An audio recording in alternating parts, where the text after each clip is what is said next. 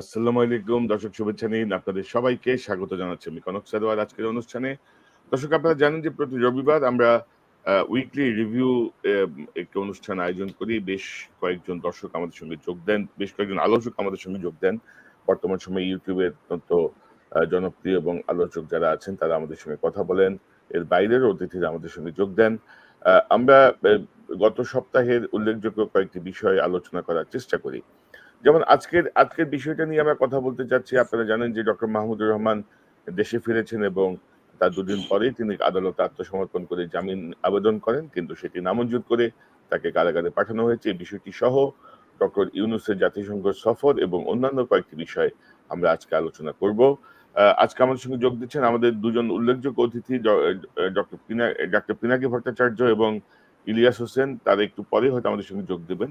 দুজনে একটু কাজে ব্যস্ত আছেন, এতটুকু জানিয়েছেন আমাদেরকে।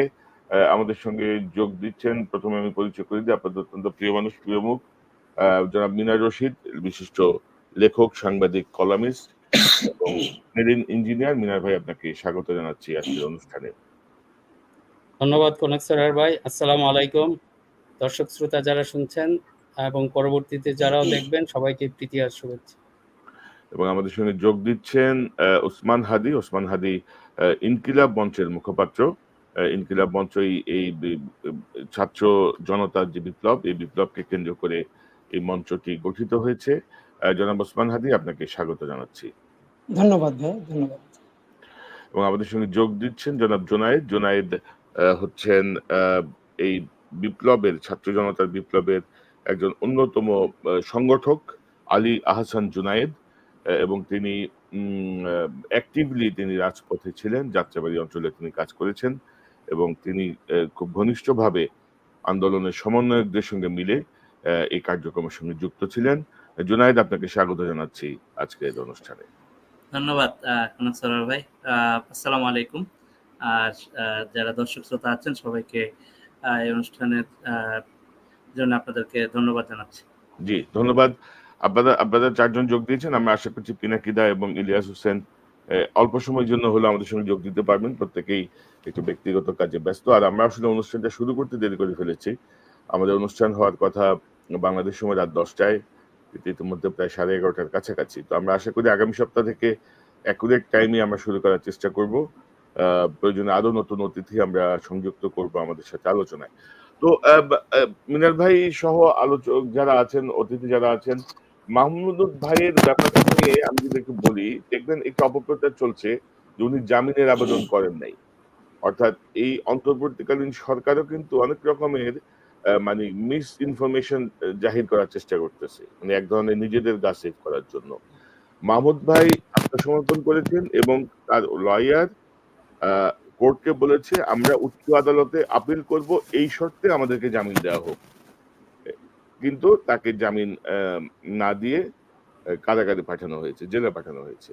তো মাহমুদ ভাইয়ের এই বিষয়টা নিয়ে আসলে গত দুদিন ধরে, ইভেন কি গতকাল একদম আর্লি মর্নিং এও বাংলাদেশের আইন সংশ্লিষ্ট অনেকের সঙ্গে আমার কথা হচ্ছিল। তারা ধরেন আইন বানাচ্ছে, আমাদেরকে আইন শেখাচ্ছে, আইন কপচাচ্ছে আর কি। মানে এদেরই তো কোনো আইনগত ভিত্তি নাই, এরা আমাদেরকে আইন শেখাচ্ছে, বুঝছেন তো?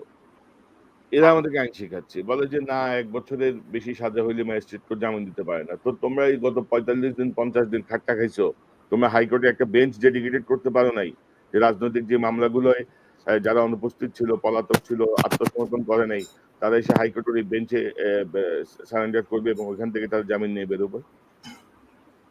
অবস্থাটা বুঝছেন তো? মানে অদ্ভুত সব মানে ইয়ে শেখাইতেছে আমাদেরকে এরা। মাহমুদুর রহমানের যেই মামলা, এইটাই তো ভুয়া মামলা। এই মামলায় ওই সজীব ওয়াজেদ জয়, হাসিনার ছেলে যখন ওই যে কোর্টে গেছিল, তার সামনে সিএমএম, পিছনে বাকি সব ম্যাজিস্ট্রেট লাইন ধরে হাঁটছে সাক্ষীর পিছনে, ইয়ের পিছনে। তো মানে একটা অদ্ভুত অবস্থার মধ্য দিয়ে যাচ্ছি আর কি আমরা। তো আমার মনে হয় যে মানে এই ঘটনার মধ্য দিয়ে এই সরকার যে একটি একটি অকার্যকরতার পথে যাচ্ছে, আমার মনে হয় যে সেটি আর একটি বড় দৃষ্টান্ত স্থাপন করলে আসিফ নজরুল গং।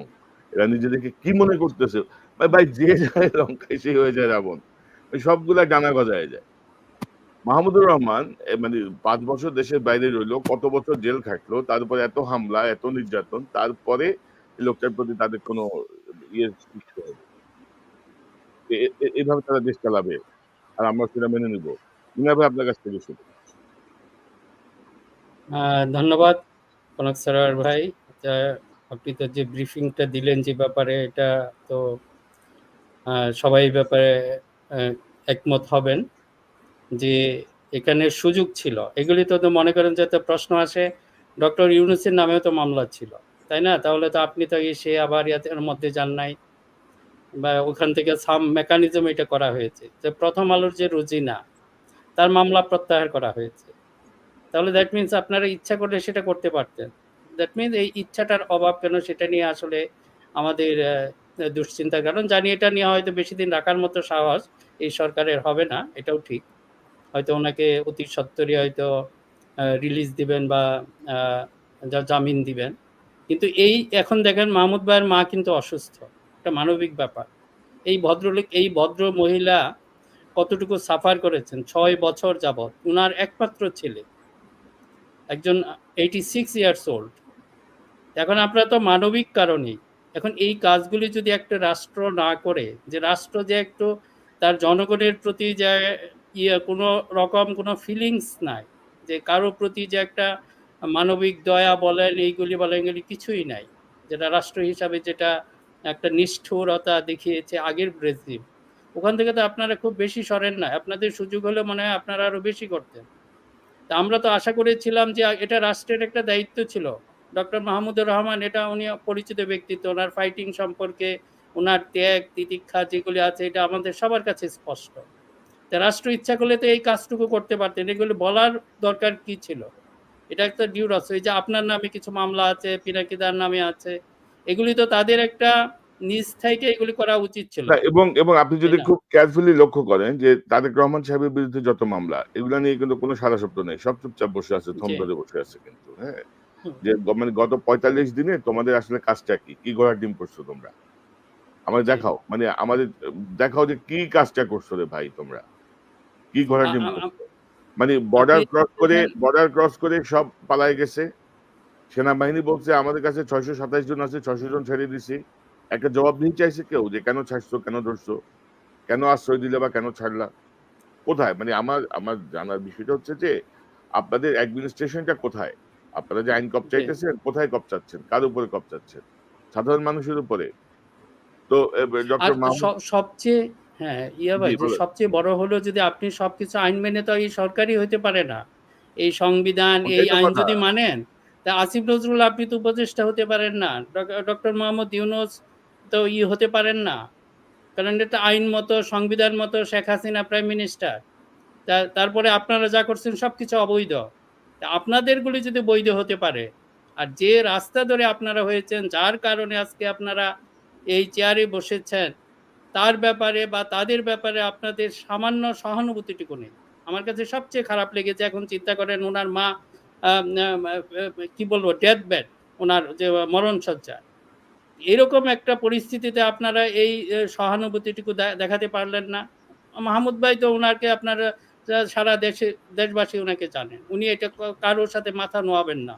উনি ইচ্ছা করলে হয়তো হসপিটালে থাকতে পারতেন বা অন্য কোনোভাবে সেটাকে ম্যানেজ করতে পারতেন। অনেকে পরামর্শ দেওয়া হয়েছিল, কিন্তু উনি ওটা অ্যাকসেপ্ট করেন নাই, যে না, আমি এটা ফেস করব।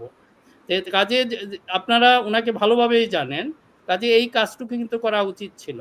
তো যাই হোক, আমরা এই ব্যাপারে, উনি নিজেও পরে বলে গিয়েছেন যে আমরা যেন এখানে ইনডিসিপ্লিন বা অন্য কিছু না করে ফেলি।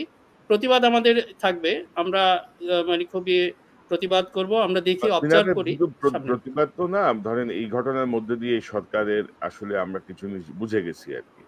আমরা বুঝে জি, গেছি তাদের মানে ইনক্যাপাবিলিটি এবং তাদের যে রাজনৈতিক কোনো মানে কিছু অসৎ উদ্দেশ্য আছে সেটাও পরিষ্কার হচ্ছে ডে বাই ডে, এবং তাদের জি। অযোগ্যতা এবং অদক্ষতার জায়গাগুলো সামনে আসছে। মিনা ভাই, আমি আসছি আপনার কাছে। ইনকিলাব মঞ্চ আপনি কিভাবে দেখেন? ওসমান হাদি আপনি কিভাবে দেখেন? এই যে আমরা মাহমুদ ভাইয়ের বিষয়টা নিয়ে একটু কথা বলি। যে এত কিছুর পরে একজন মানুষ দেশে গেল এবং তার মা অসুস্থ, তার কারণে তিনি অনেক দ্রুতই গেলেন। নরমালি ২ সপ্তাহ পরে যাওয়ার কথা ছিল। তো তাকে ২ দিন পরে নিয়ে আবার আপনি জেলে পাঠিয়ে দিলেন। তো এইগুলা মানে এই বিষয়টা আপনি কিভাবে দেখেন? কি মনে করেন? ধন্যবাদ ভাই, আমাকে শোনা যাচ্ছে, রাইট? জি, শোনা যাচ্ছে। শোনা যাচ্ছে ভাই? জি। আমি একটু মিনার রশিদ ভাইয়ের কথা থেকে কাইন্ডলি একটু ওখান থেকে শুরু করি। ভাই বলছিলেন যে মানবিক কারণে হলেও মাহমুদুর রহমান সাহেবকে অন্তত এই ব্যাপারটা ভিন্ন করে দেখা দরকার ছিল। তো আমি একটু এখানে দ্বিমত করতে চাই।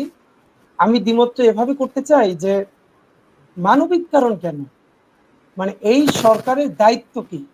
যদি মানবিক কারণ হতো, সিম্প্যাথির ব্যাপার হতো, তাহলে তো এই সরকার মাহমুদুর রহমানকে দুটো প্রস্তাব দিয়েছিল। আপনাকে একটু কাইন্ডলি জানাতে চাই যে আমরা গতকালকে ইনকিলাব মঞ্চের পক্ষ থেকে গতকাল সকালে মাহমুদ ভাইয়ের সাথে দেখা করেছিলাম যে আসলে এই মামলার মানে কিভাবে কি আগাচ্ছে, বা আমরা এটা নিয়ে কথা বলতে গিয়েছিলাম। তো উনি আমাদেরকে স্পষ্ট বললেন যে দেখো, আমাকে দুটো কথা বলা হয়েছে। প্রথমত, আপনারা নিশ্চয়ই আপনারা তো বেশি জানেন, এবং একটু ফাঁকে বলে রাখি, আমার কাছে আজকে একটু অনুভূতিটা অন্যরকম।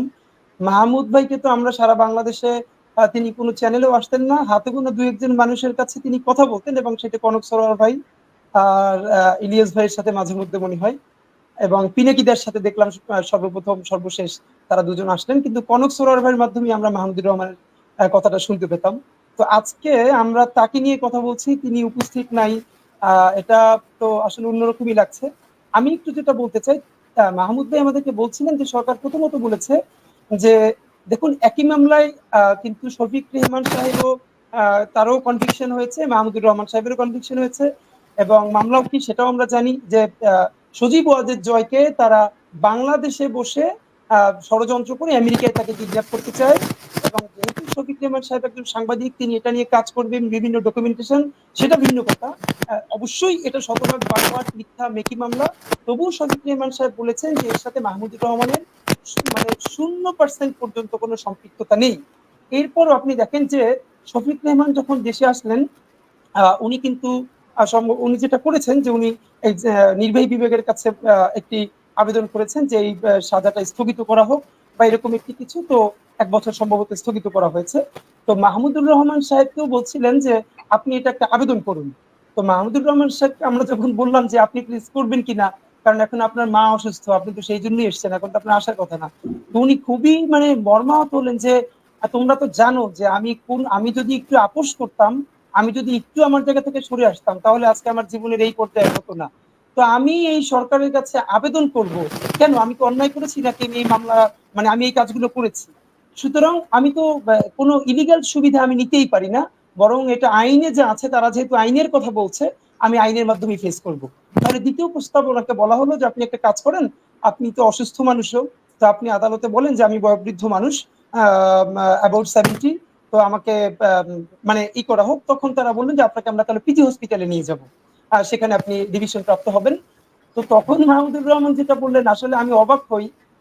ওনার এই বয়সে ওনার যে স্পিরিট, আমি আমাদের এই যারা একদম ইয়াং ইনকিলাব মঞ্চ, যারা মাহমুদুর রহমানকে অনেক বেশি চিনতো না, তো এইবার প্রোগ্রাম করতে গিয়ে তার যখন পিছনের কথা আমরা বলছিলাম, আমাদের ছেলেরা, আমাদের ছোট ভাইগুলো এত উদ্দীপ্ত হচ্ছিল, বিশেষ করে তার সাথে যখন দেখা করলো, তিনি বলছে দেখো, আমাকে 5 বছর হাসিনা সরকার জেল খাটিয়েছে। এবং আমি আপনাদেরকে নিশ্চয়ই মনে করিয়ে দিতে চাই, আপনারা তো সবচেয়ে বেশি জানেন, দর্শকদের উদ্দেশ্যে বলছি, সম্ভবত মাহমুদুর রহমান একজন ব্যক্তি যিনি কোনো রাজনৈতিক নেতা নয়, একজন প্রফেশনাল সাংবাদিক। তিনি তার শুধু সাংবাদিকতা, বস্তুনিষ্ঠ এবং সত্যের পক্ষে দাঁড়ানোর কারণে একটানা 39 দিন অমানবিক রিমান্ড তাকে দেওয়া হয়েছিল। এটা মনে হয় বাংলাদেশে আর কোনো রেকর্ড নাই যে একজন সিভিলিয়ান, একজন সম্পাদক 39 দিন তাকে রিমান্ড দেওয়া হয়েছে। কনক সরোয়ার ভাই নিশ্চয়ই মনে থাকবে, মাহমুদুর রহমান প্রথম দফা রিমান্ড পরে যখন তাকে আদালতে আনা হলো, তখন সে আদালতের একজন বিচারক ছিলেন মহিলা। তো আর মাহমুদুর রহমান বলছিলেন, আমরা তখন ছোট, আমাদের এখনো বলতে গেলে আমরা আসলে চিন্তাই করতে পারি না আমরা কি সময়ের মধ্যে দিয়ে বড় হয়ে গেছি। মাহমুদুর রহমান নির্যাতনের একটা অংশ শুধু বলতে গিয়ে বিচারককে বলছিলেন যে আপনি মহিলা মানুষ, আপনার সামনে আমার জন্য এটা বলা খুব বিব্রতকর, তবু আমি আপনাকে বলি যে আমাকে শুধু আন্ডারওয়্যার পরিয়ে এরপর আমার পুরুষাঙ্গে এমন জোরে তারা চাপ দিয়েছে, আমি বেহুশ হয়ে ঘন্টার পরে ঘন্টা পড়েছিলাম। আপনি চিন্তা করেন, তখনই মাহমুদুর রহমান 60+ একজন সিনিয়র সিটিজেন, কত অসভ্য, নির্মম, পৈশাচিক হলে তাকে মানে এটা ভাবা যায় না। 5 বছর জেল, এবং সর্বশেষ তার কুষ্টিয়ায় যে আক্রমণ করা, তাকে রক্তাক্ত করা, সেই মুহূর্তে তার যে গর্জে ওঠা, আপনি অবাক হবেন যে মাহমুদ ভাই যখন ফিরে আসছেন, যেই রাতে উনি উঠলেন। আমরা করেছিলাম কি, আমি হঠাৎ করে একটু মনে হলো যে আমাদের অনেকে একটু ভুলে গেছে, আমি মাহমুদ ভাইয়ের সেই ভিডিওটা কুষ্টিয়ায় যে আক্রমণ করলো এবং সেইটা ছোট করে আমি একটা ক্লিপস দিয়ে আমরা ইনকিলাব মঞ্চ থেকে শেয়ার দিয়েছিলাম। এটা প্রচুর শেয়ারই শুধু হয় না, এটা নিয়ে মানুষ আমাদেরকে অনেক মেসেজ করেছে যে মানে তারা জানতো না, অনেকে স্মৃতি থেকে মুছে গিয়েছিল। এবং তিনি তখন বলেছিলেন, এটাকেই আমরা স্লোগান করেছি, তিনি তখন বলেছিলেন বাংলাদেশের জন্য আমি একা লড়াই করব, একা রক্ত দিব, ওরা সব দিল্লির কুকুর। তো আমি যেটা বলতে চাই, ওনাকে তখন বলা হলো যে আপনি পিজি হসপিটালে তাহলে চলে যান। তখন উনি বললো যে এত নির্মমতার মধ্যেও আমি বাংলাদেশ ছাড়তে চাই না এবং আমার অবস্থান পরিবর্তন করি নাই। আমি অসুস্থ, আমার প্রচুর ডায়াবেটিস আছে, কিন্তু এখনো জেল খাটার মতো মানসিক শক্তি আমার আছে, আমি প্রয়োজনে জেল খেটেই তারপরে বের হব, কিন্তু হসপিটালে থাকার মতো অসুস্থ আমি নেই। মানে আমরা সবাই অবাক হয়ে, আমরা যারা ইনকিলাব মঞ্চ থেকে আমাদের তরুণ ভাইরা গিয়েছিল, আমরা একে অপরের দিকে তাকিয়েছিলাম কতক্ষণ, যে মানে আমরা কি বলবো, মানে বলবার কোনো ভাষা ছিল না। তো আমি আপনাকে শুধু মনে করিয়ে দিতে চাই, আপনি দেখবেন ইতিমধ্যে, এবং আমি খুব অবাক হয়েছি, আমাদের কিছু বিএনপির অ্যাক্টিভিস্ট ভাইয়েরাও, আমি এটা খুব মর্মাহত হলাম। একজনের পোস্ট কিছুক্ষণ আগে আমি পড়লাম, তিনি বললেন যে শফিক রেহমান সাহেব তো তিনি বাসায় আছেন, তাকে তো কেউ গ্রেপ্তার করতে চায় নাই, এবং তিনি পরবর্তীতে 1 বছর সাজা স্থগিত করেছেন। মাহমুদ ভাই ওটা করলেই পারতেন। এইখানেই মাহমুদ ভাই আমাদেরকে বলেছেন যে দেখো, আমি যদি আবেদনও না করি সরকারের কাছে, আমাকে বাসায় এসে গ্রেপ্তার করবে না পুলিশ, এটা আমি জানি। এখন বাংলাদেশের সেই অবস্থা নেই, কিন্তু উনি বলছিলেন যে এটা কি অদ্ভুত ব্যাপার, আমি সাজাপ্রাপ্ত আসামি, আমি বাসায় এসে বসে থাকবো, আমাকে গ্রেপ্তার করবে না, এটা কেমন অদ্ভুত হতে পারে, আর আমি কেন সরকারের কাছে আবেদন করবো? না তো এই ওইটাই কথাটা ধরেন, উনি যখন বললেন, ওসমান জি হাদি জি প্লিজ। ধরেন, এই মাহমুদ ভাই যাওয়ার আগে থেকে কথা হচ্ছিল এবং উনি বলছিলেন যে আমাকে বোধহয় জেলে যেতে হবে। আমি বললাম যে আমার মনে হয় না আপনাকে জেলে যেতে হবে, সরকার নিশ্চয়ই কোনো একটা ফর্মুলা করবে আপনাদেরকে মানে যেন জেলে যেতে না হয়, সে বিষয়টা নিশ্চয়ই সরকার একটা একটা ওয়ে আউট করবে আর কি। এবং আমি বলি, সর্বশেষ সকালবেলায় মানে মাহমুদ ভাই কোর্টে, আমি একটা বডিতে কথা বলছিলাম, তারাও কিন্তু ওই মাহমুদ ভাই মামলা নিয়েই তখন আলোচনায়। আমি ফোন করে কর্তা ব্যক্তিকে বললাম যে ভাই, একটা কাজ করেন, মাহমুদ ভাই যেহেতু কোনো কিছুই মানবে না বা এই ফর্মুলায় যাবে না, ম্যাজিস্ট্রেটকে বলেন ওনার এই আবেদনটা নিয়ে হিয়ারিং হবে 15 দিন পরে, এরকম একটা ডেট দিয়ে হিয়ারিং পর্যন্ত ওনাকে ইয়ে করে দিতে বলেন। জামিনের একটা শুনানি হয়, তাই না, আবেদন আত্মসমর্পণ এবং জামিনে। বললাম 15 দিন 1 মাস পিছাই দেন না, এর মধ্যে আপনার হাইকোর্ট তো আবার অবকাশ লাগে, হাইকোর্ট এখন অবকাশে, তো চিফ জাস্টিস সহ বসে আপনার এর মধ্যে একটা ফর্মুলা বাইর করেন, পলিটিক্যাল মামলাগুলো কিভাবে নিষ্পত্তি হবে। আরে ভাই, মামলা ল তো ভাই আমরাও পড়ছি, আমরা তো জানি, মানে আমরা তো বোঝার চেষ্টা করি যে কিভাবে আপনি ওয়ে আউটটা করবেন। এটা করা যেত না, এটাও করা যেত ইজিলি। ওকে ফাইন, আবেদনটা নিলাম, আমরা এটা হিয়ারিং করবো আগামী 25 তারিখ, আগামী মাসের 25 তারিখে বা আগামী মাসের 15 তারিখে। ততদিন পর্যন্ত মাহমুদুর রহমানকে কেউ যেন কোনো ডিস্টার্ব না করে, শেষ। That's it. একটা ওয়ে আউট হইতো। মানে আন্তরিকতা থাকলে বা আপনি যদি পজিটিভলি চিন্তা করেন, অনেক ধরনের ওয়ে আউট করা সম্ভব আর কি। তো এখানে তো এরা মাহমুদ ভাইকে ভয় পায়, অথবা মানে এদের মধ্যে অন্য কোনো প্যাচ কাজ করতেছে আর কি। মাহমুদুর রহমানের যে দেশপ্রেম, তার ধারে কাছেও এরা কেউ বিলং করে না আর কি। সব তো মানে যারা ঢুকছে আমি তো সবগুলারই চিনি। তো জুনায়েদ, আপনার কাছে একটু আসি। ওসমান হাদি, আপনার কাছে আমি আবারও আসবো। জুনায়েদ, আপনি কিভাবে দেখছেন মাহমুদুর রহমানের এই বিষয়টা বা সার্বিক যে বিষয়টা আপনি শুনছেন? জি ধন্যবাদ। আসলে মাহমুদুর রহমান সাহেব তো আসলে বাংলাদেশে ফেসিবাদ বিরোধীর আন্দোলনের একজন পুরোধা ব্যক্তিত্ব বলা যায় আর কি। উনি ফেসিবাদের বিরুদ্ধে শুরু থেকে আওয়াজ তুলেছেন এবং বিগত রেজিম, আওয়ামী রেজিম যে ফেসিবাদ বাংলাদেশে কায়েম করেছে, বাংলাদেশে প্রতিষ্ঠা করেছে, এই ফেসিবাদের জন্য উনি ছিলেন চ্যালেঞ্জ, প্রধানতম চ্যালেঞ্জ। যে কারণে একজন লেখকের লেখনীকে তারা ভয় পেয়েছে, একজন সম্পাদকের বুক চিতিয়ে দাঁড়ানো এবং তাদের যে মানে যে কোনো একটা ন্যারেটিভ প্রতিষ্ঠা করার চেষ্টা, এই ন্যারেটিভকে বদলে দেওয়ার জন্য মাহমুদুর রহমানের কলমকে তারা মারাত্মকভাবে ভয় পেয়েছে। এবং তারই আলোকে আমরা দেখতে পেয়েছি যে মাহমুদুর রহমানকে চরমভাবে নির্যাতন করা হয়েছে, 5 বছর ওনাকে কারাগারে রাখা হয়েছে এবং কোর্ট প্রাঙ্গণে ওনাকে মারাত্মকভাবে আহত করা হয়েছে। এগুলোর কিন্তু কোনো বিচার বা কোনো শাস্তিমূলক ব্যবস্থা কিন্তু আমরা দেখি নাই। অর্থাৎ সরকার পুরোপুরি এই ধরনের নির্যাতনকে সমর্থন করেছে, মাহমুদুর রহমানের উপর আঘাতকে সমর্থন করেছে বিগত সরকার। তো এই যে ফুল রেজিমের বিরুদ্ধে বাংলাদেশের মানুষের যে আন্দোলন হলো এই গত জুলাই আগস্টে, আমরা সমগ্র ছাত্র জনতা যে জেগে উঠলাম, এই ছাত্র জনতার জেগে ওঠার পেছনে দীর্ঘ 15-16 বছরের বঞ্চনা, ক্ষোভ, দুঃখ, কষ্ট কিন্তু আছে। এটার মধ্যে মাহমুদুর রহমানের কান্না আছে, মাহমুদুর রহমানের ওই কোর্ট প্রাঙ্গণে আহত হওয়ার দৃশ্য আছে, ওনার 5 বছরের জেলের ইতিহাস আছে, ফেসিবাদের বিরুদ্ধে ওনার কলম লেখনের ইতিহাস আছে। তো এই দীর্ঘ বঞ্চনার ফলে বিভিন্ন মানুষের নির্যাতন নিগ্রহের পরে কিন্তু এই আগস্টে এসে জুলাই আগস্টে আমরা আন্দোলন দেখছি, এবং এই আন্দোলনে আমি ব্যক্তিগতভাবে সরাসরি অংশগ্রহণ করায় মানুষের চোখে, মানুষের মনের মধ্যে যে স্পিরিটটা দেখেছে, সেই স্পিরিটটা মানুষ কিন্তু সর্বপ্রকারের মানুষ এক হয়েছে। কিন্তু আপনারা সবাই জানেন যে এক দফা দাবি যেটা ছিল যে শেখ হাসিনা সরকারের পতন ও ফেসিবাদী শাসন ব্যবস্থার বিলোপ।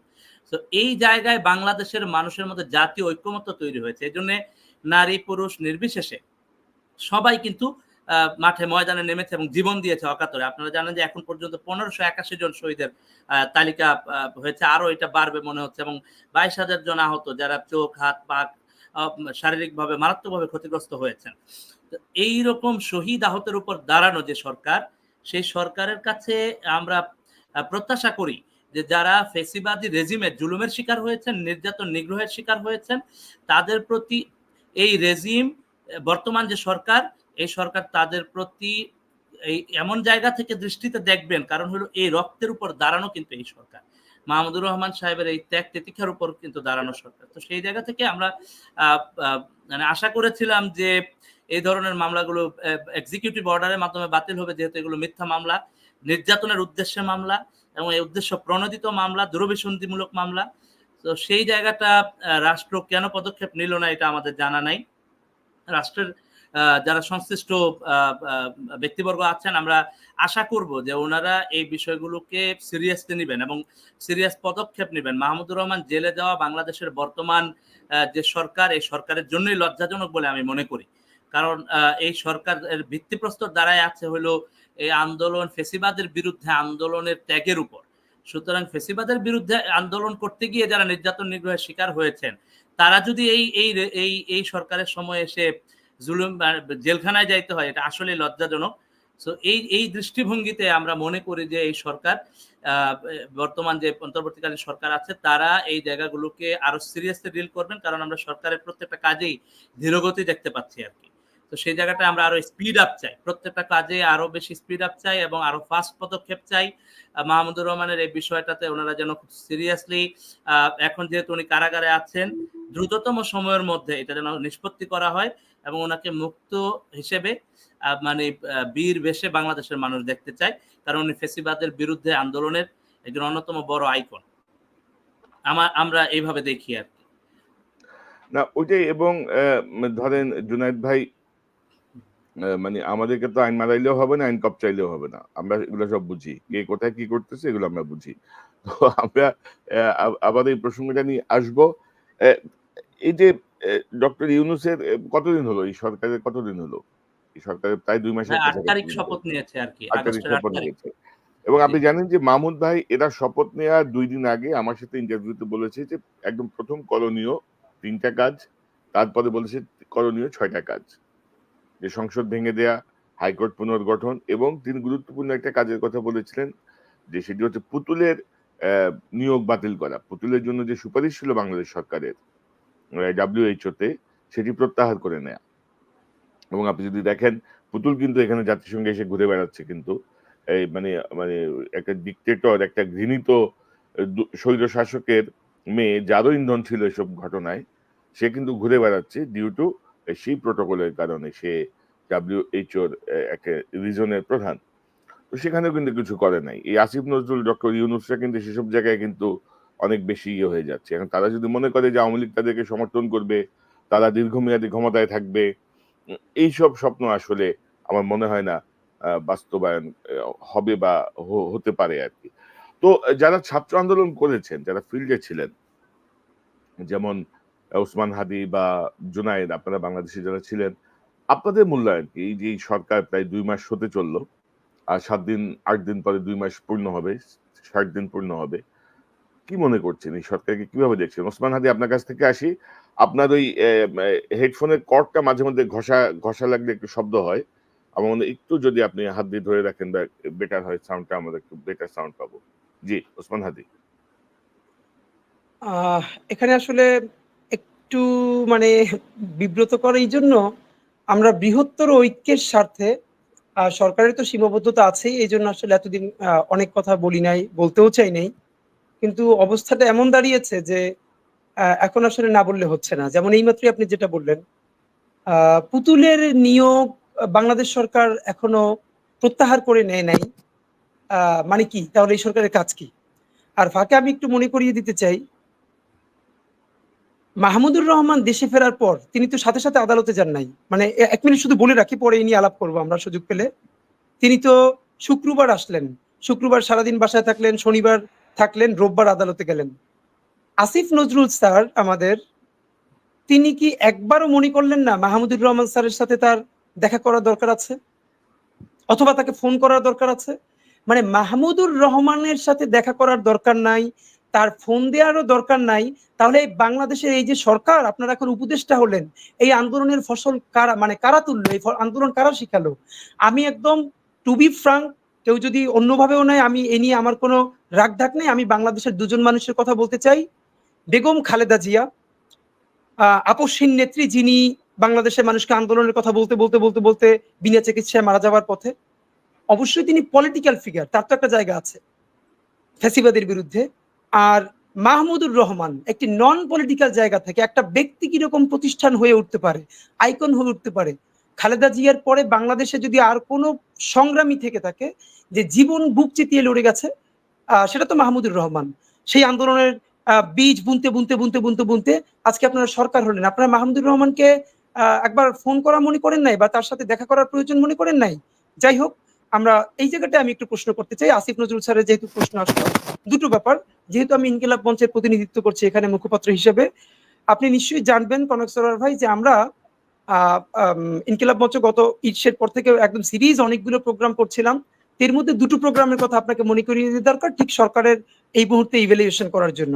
প্রথমত হলো, আপনারা জানেন যে অগণিত মানুষ চিরতরে অন্ধ হয়ে গেছে এই আন্দোলনে, পঙ্গু হয়ে গেছে। পঙ্গু হসপিটালে যদি আপনি শুধু যান, তাহলে আপনি দেখতে পাবেন, কি বলবো, এগুলো পাবলিকলি বলতে খারাপ লাগছে, যে তাদেরকে যে অবস্থায় ট্রিটমেন্ট দেওয়া হচ্ছে, মানে যাদের হাতে বিভিন্ন জায়গায়, মানে খুবই বাজে অবস্থা, রাতে তেলাপোকা বা অন্য জিনিস এসে সেখানে হাঁটছে। এই হলো তাদের হেলথ অ্যান্ড হাইজিনের অবস্থা। তো এখন পর্যন্ত আহত মানুষদের একটা লিস্ট করা গেল না, আমরা পারলাম না, নাম্বার ওয়ান। পুনর্বাসন তো আরো অনেক পরের কথা, যে চিরতরে যে ছেলেটার 20 বছর 22 বছর বয়স, অন্ধ হয়ে গেছে, পঙ্গু হয়ে গেছে, হাত নাই পা নাই, জীবনে দাঁড়াতে পারবে না, তার পরিবার কিভাবে চলবে? পুনর্বাসনের লিস্ট করা গেল না। তার থেকেও ভয়াবহ হলো, আমরা গত শুক্রবারের আগের শুক্রবার, আপনি জানেন যে দুটো গণকবরের খবর আমরা মিডিয়ার মাধ্যমে পেয়েছিলাম। একটি হলো রায়ের বাজার, যেটা বধ্যভূমি, ওখানে, আরেকটি হলো জুরাইন। তো আমরা মিছিল নিয়ে ইনকিলাব মঞ্চের পক্ষ থেকে যে গণদোয়া ও মর্সিয়া মিছিল, আমাদের উদ্দেশ্য ছিল এই যে বেওয়ারিশ লাশগুলো দাফন দেয়া হলো, আজকে প্রায় 2 মাস হয়ে যাচ্ছে, 1.5 মাসের বেশি হয়েছে, সেখানে 100-র বেশি লাশ দাফন করা হয়েছে, মিডিয়ার বরাতেই আমরা বলছি। এখন পর্যন্ত সেই লাশগুলো তুলে ডিএনএ টেস্ট করা হয় নাই। সেই লাশগুলো কাদের, কোন বাবা মা এখনো তার সন্তানের জন্য বসে আছে, কোন সন্তান এখনো তার বাবা মার জন্য বাপের চেয়ে বা মায়ের দিকে চেয়ে বসে আছে, যে কোথায় আছে, খুঁজে পাচ্ছে না, সেই লাশগুলো তুলে লাশগুলো শনাক্ত করার ব্যবস্থা করা হয় নাই। আপনি জানেন, লাশগুলো যত পুরনো হয়ে যাবে, সেগুলো স্যাম্পলিং করা, এই তথ্য বের করা অনেক কঠিন হয়ে যাবে। তো এখানে আপনাকে একটু শুধু খুবই করুণ একটা গল্প বলতে চাই। আমরা যখন রায়ের বাজারে গণকবরে আমরা সবাই মিলে দোয়া করছি, প্রচুর ছাত্র জনতা যোগ দিচ্ছেন, আমরা দোয়া শেষ করে দেখি যে আমাদের পাশেই দুজন নারী, তারাও দোয়ায় অংশ নিয়েছেন এবং প্রচুর কান্নাকাটি করছেন। আমাদের দোয়া শেষ হবার পরেও তারা কান্না করছেন। তারপরে আমরা গিয়ে যখন কথা বলতে চাইলাম যে মানে আপনারা কেন এসছেন অথবা কি অবস্থা, তখন এক মহিলা ছোট্ট একটা ছবি বের করে দেখালেন। এটা তার ছবির ছেলে, মানে ছেলের ছবি, বয়স 28 বছর, তার ছেলে পিকআপ চালায়, পিকআপ ড্রাইভার, মোহাম্মদপুরে বেড়িবাঁধে বাসা, নাম মাহিন। আন্দোলনের শেষের 2 দিনে এরকম বিভৎস গণহত্যা দেখে সে সহ্য করতে না পেরে তার ছেলেও আন্দোলনে নেমে যায়। তিনি একজন পিকআপ ড্রাইভার, তার সন্তান আছে, একটি সন্তান আছে, এবং তখন তার স্ত্রী গর্ভবতী। এই অবস্থায় সে আন্দোলনে নামে এবং শহীদ হয়ে যায়। তো তার মা সবাই মিলে যখন তার লাশ খুঁজছে, কোথাও পাচ্ছে না, সর্বশেষ আঞ্জুমান মফিদুল ইসলাম থেকে জানতে পারে যে এই ছবিটা, ছোট্ট একটা ছবি দেখানোর পরে, যে সম্ভবত রায়ের বাজারে তার ছেলের লাশটা দাফন করা হয়েছে। উনি গত 10 দিন ধরে প্রতিদিন রায়ের বাজারে কবরের পাশে এসে দাঁড়ায়, কান্না করে, শুধু জানতে চায় এখানে এতগুলো কবরের মধ্যে কোন কবরটায় তার ছেলেটা শুয়ে আছে। সে তার নাতিটা এসে সে কান্না করতেছিল যে আমার নাতিটার আমি এসে কবরটা হাতে ছোঁয়ে বলতে চাই যে এইটা তোমার বাবার কবর, আমি আমার ছেলের জন্য একটু দোয়া করতে চাই, আমি সেইটা জানি না কোন কবরটা। তো আমরা সবাই আসলে কান্না করছিলাম যে আমাদের এরকম কত মা, কত বাবা, কত সন্তান চেয়ে আছে এই লাশগুলোর জন্য, জুড়েই নেই। এবং আপনারা জানেন যে লাশগুলো পুড়িয়ে দেওয়া হয়েছে, স্পষ্ট পুড়িয়ে দেওয়া হয়েছে, লাশ ডাম্পিং করা হয়েছে ময়লার সাথে। বাট যেই লাশগুলোর খবর আছে সেই লাশগুলো তুলে এখনো লাশ শনাক্ত করা যায় নাই। এর থেকে কষ্টকর ব্যাপার আর কি হতে পারে? এখন পর্যন্ত কোনো উদ্যোগ নেওয়া হয় নাই। এটা হলো সরকারের সর্বপ্রথম ব্যর্থতা, যে আমাদের শহীদদেরকে এখন পর্যন্ত আমরা স্বীকৃতি দিতে পারি নাই। আহতদের জন্য চিকিৎসা তো দূরের কথা, আমরা একটা ডকুমেন্টেশন করতে পারি নাই। এই হলো প্রথম কথা। দ্বিতীয় কথা হলো, আইনের কথা যখন বলা হচ্ছে, আমি একটা কথা শুধু বলতে চাই, আইন ভাঙা হলো দুনিয়ার আরেকটা বড় আইন। আই রিপিট, এই যে আমরা ছাত্র জনতা, আমাদের 1500 বেশি ভাই আইন ভেঙে জীবন দিয়েছে, এটাই তো সবচেয়ে বড় আইন। হাজার হাজার মানুষ অন্ধপঙ্গু হয়ে গেছে। যেই আইন ভাঙার ফলে আপনারা মন্ত্রী হলেন, উপদেষ্টা হলেন, আপনারা এখন মানুষকে আইন শেখান, এর চেয়ে মকারি আর কি হতে পারে? আমি স্পেসিফিকলি আজকে আমরা মিডিয়ায়ও বলেছি, আসিফ নজরুল স্যারের কাছে আমরা জানতে চাইবো যে মাহমুদুর রহমানকে জেলে যেতে হলো, অথচ আসিফ নজরুল স্যারই কিন্তু মিডিয়ায় এসে বললেন, প্রথম আলোর রোজিনা ইসলাম, যিনি সরকারি নথিপত্র চুরি করেছেন, আই রিপিট, সরকারের মামলায় বলা হচ্ছে, হাতে নাতে তাকে সচিবালয়ে ধরা হয়েছে, তাকে মামলা দেয়া হয়েছে। আসিফ নজরুল এসে নিজেই বক্তব্য দিলেন যে সেই মামলা প্রত্যাহার করেছে সরকার। তাহলে মাহমুদুর রহমানের মামলার বাদীকে? মাহমুদুর রহমানের মামলার বাদীও তো সরকার। সুতরাং কোনো ব্যক্তি যদি কারো বিরুদ্ধে মামলা করে আর তার যদি কনভিকশন হয়, তাহলে সেটা সরকার তুলতে পারে না, আমরা জানি ক্রাইসিস আছে। কিন্তু সরকার যেখানে নিজে বাদী, নিজে মামলা করে, সেই মামলা সরকারের তুলে নিতে কতক্ষণ লাগে? তার প্রমাণ, রোজিনা ইসলামের মামলা করেছে সরকার, তার মামলা তারা তুলে নিল, আইন উপদেষ্টা নিজে এসে বলল। এটা কি এই জন্য যে তিনি প্রথম আলোতে কলাম লিখছেন এবং তিনি যখন উপদেষ্টা থাকবেন না সেই সুশীল পর্যায়টা তিনি যেন রক্ষা করতে পারেন, এই জন্য নিজ উদ্যোগে রোজিনা ইসলামের মামলা প্রত্যাহার করে নিজে এসে ব্রিফও করলেন? আর মাহমুদুর রহমানকে আইন শেখানো হচ্ছে? কেন মাহমুদুর রহমানকে এসে বলতে হবে যে আপনি এই দুইটার ব্যবস্থায় একটা করেন, আপনি আবেদন করেন?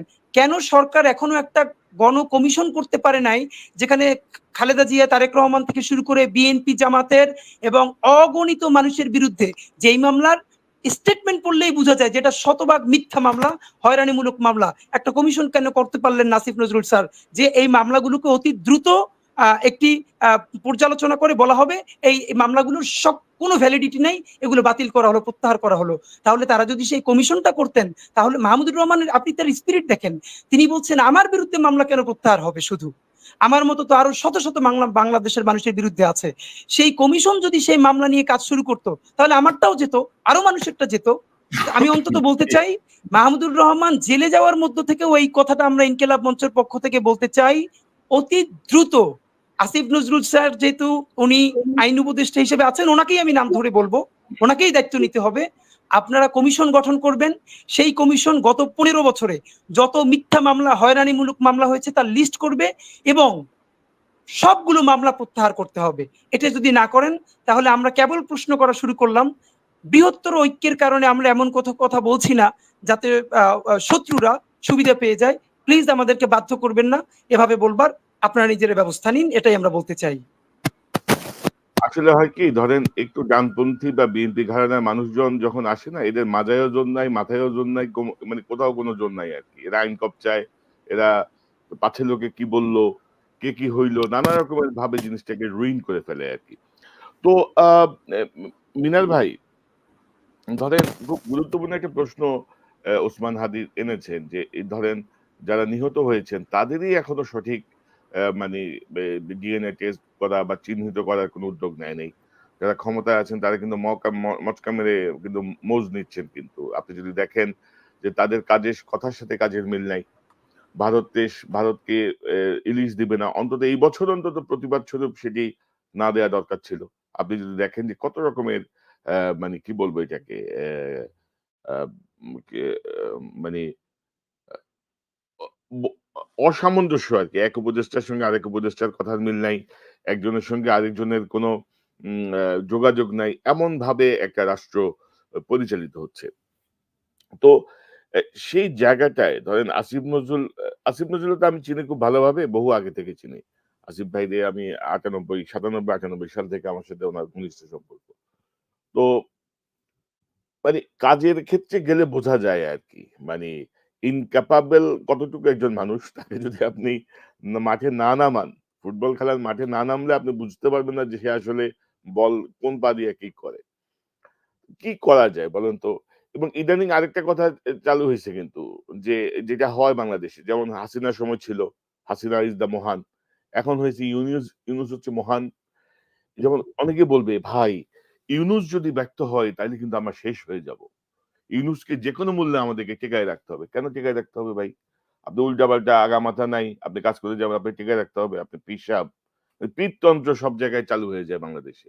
এখন ইউনূস কেন্দ্রিক পিঠতন্ত্র চালু হয়ে গেছে কিন্তু।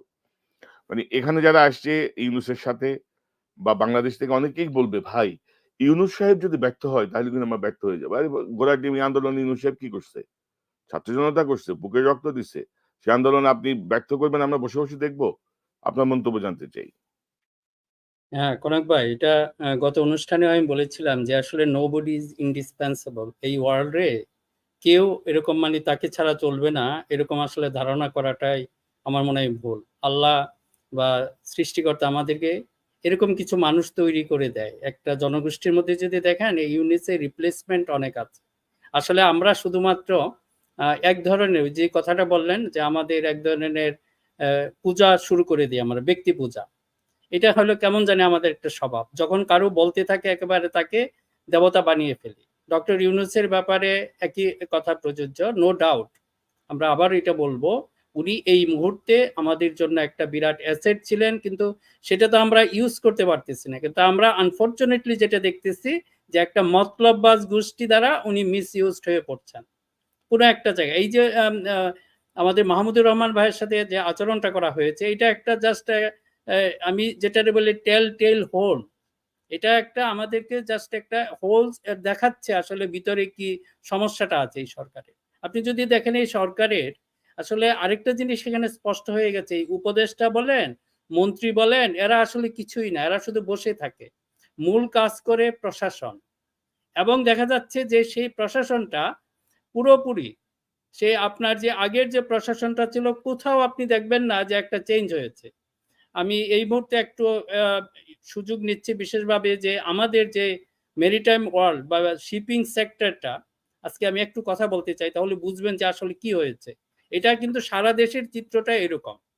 শিপিং সেক্টরে এখন উপদেষ্টা এসেছেন, সেই স্বরাষ্ট্র উপদেষ্টা থেকে যাকে আবার সরানো হয়েছে, আনফরচুনেটলি উনি এসে পড়েছেন আমাদের ঘাড়ে। আপনাকে কয়েকটা কথা বলি। গত ২৬শে সেপ্টেম্বর এটা ছিল ওয়ার্ল্ড মেরিটাইম ডে।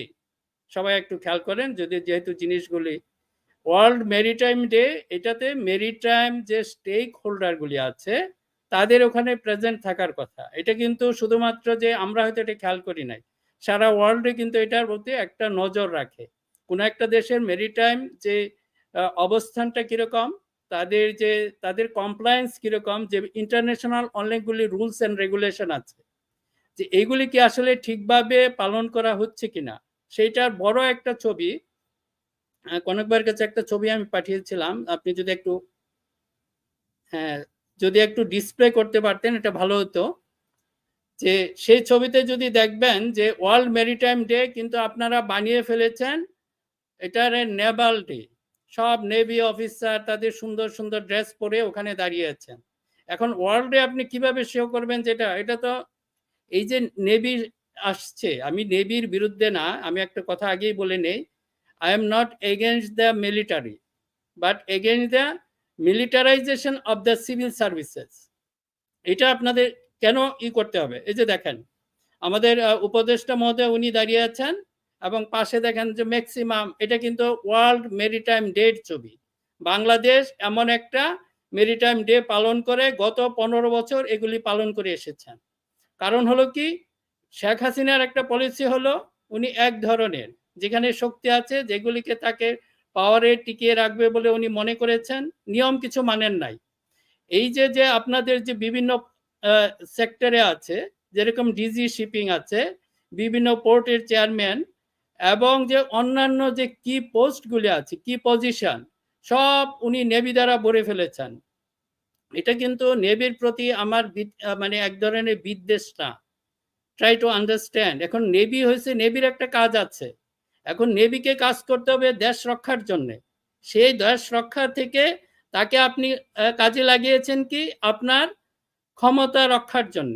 ক্ষমতা কিভাবে রক্ষিত হবে? তারা এক ধরনের এটাকে ব্রাইবিং, এক ধরনের ঘুষ দেওয়া হয়ে গেছে। ওই পোস্টগুলি ছিল ওখানকার যারা বিশেষজ্ঞ, সে মেরিটাইম ওয়ার্ল্ডের যারা মেরিন অফিসার আছেন বা মেরিন ইঞ্জিনিয়ার আছেন, এটা কিন্তু তাদেরকে ওই জায়গাগুলি তারা হোল্ড করলে এই বাইরে যে কাজগুলি এগুলি করতে পারবেন। অনেক যোগাযোগ আছে। এখন বলি যদি মানে আপনার অনেক যোগাযোগ আছে, সেটা মেরিটাইম যে যারা এই ফিল্ডের লোক তারা এই কাজগুলি করতে পারবেন। এখন নেভি যারা, হ্যাঁ ওনারা প্রশাসক হিসাবে খুব দক্ষ, সেটা আছে, তাদের মধ্যে এক ধরনের সততা ছিল।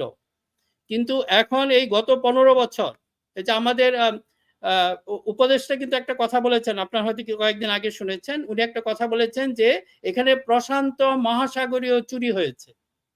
এখন আপনি বললেন প্রশান্ত মহাসাগরীয় চুরি, আপনি শুধু এই যে ভালো ভালো কথা বললেই হবে? আপনি কি অ্যাকশন নিয়েছেন? এই চুরির জন্য কারা দায়ী? এই যে আপনি লাইন ধরে যাদেরকে দাঁড় করিয়েছেন, এরাই তো এখানকার মূল এখানে অনুঘটক। মিনার ভাই, আমার মনে হয় যে আমরা এই বিষয়টা নিয়ে আর একটু ডিটেল আলোচনা করতে পারি, এবং আপনি যদি মনে করেন যে আপনার সাথে আরো দু একজন যারা মেরিন ইঞ্জিনিয়ার হ্যাঁ, জি বা এই লাইনে কাজ করেন, তাদেরকে নিয়ে আপনাদের অধিকারটা নিয়ে আসলে আলোচনা হওয়া উচিত। কারণ জি জি আমি আপনাদের হ্যাঁ সেক্টর এবং নৌবাহিনীর সেক্টর দুটা ভিন্ন সেক্টর। তো জি এখানেও যদি নৌবাহিনীর ইউনিফর্ম পরে এসে যদি কেউ দখল করে ফেলে, এটা এটা এক না, ধরনের এটা কিসের জন্য কনক ভাই? আমি আজকে যদি শেষ করি, আপনি যেটা বলছেন, আমরা একটা আলাদা অনুষ্ঠান করব এটা নিয়ে, টোটাল বিষয়টা নিয়ে। এখানে দেখেন এই কাজটা হলো যে এই নেভির তাদের নিজস্ব একটা কাজ আছে, তাই না? তাদের দেশ রক্ষা।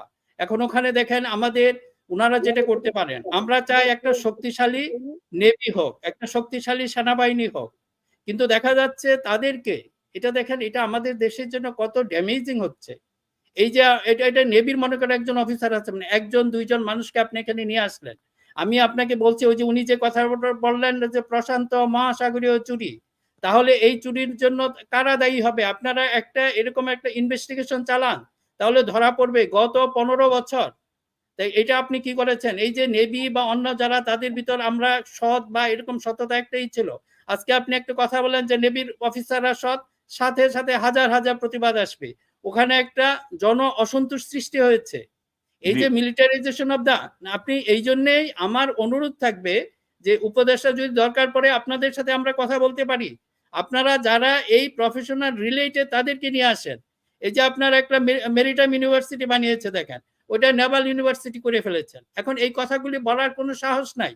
যেরকম আগের মিনার ভাই সব জায়গাতেই ধরেন মানে এদের লোক চুজ করার ক্ষেত্রে ধরেন আমি যে দেখছি আরকি যে আপনি সর্বশেষ উপদেষ্টা নিয়োগ বাদ দেন।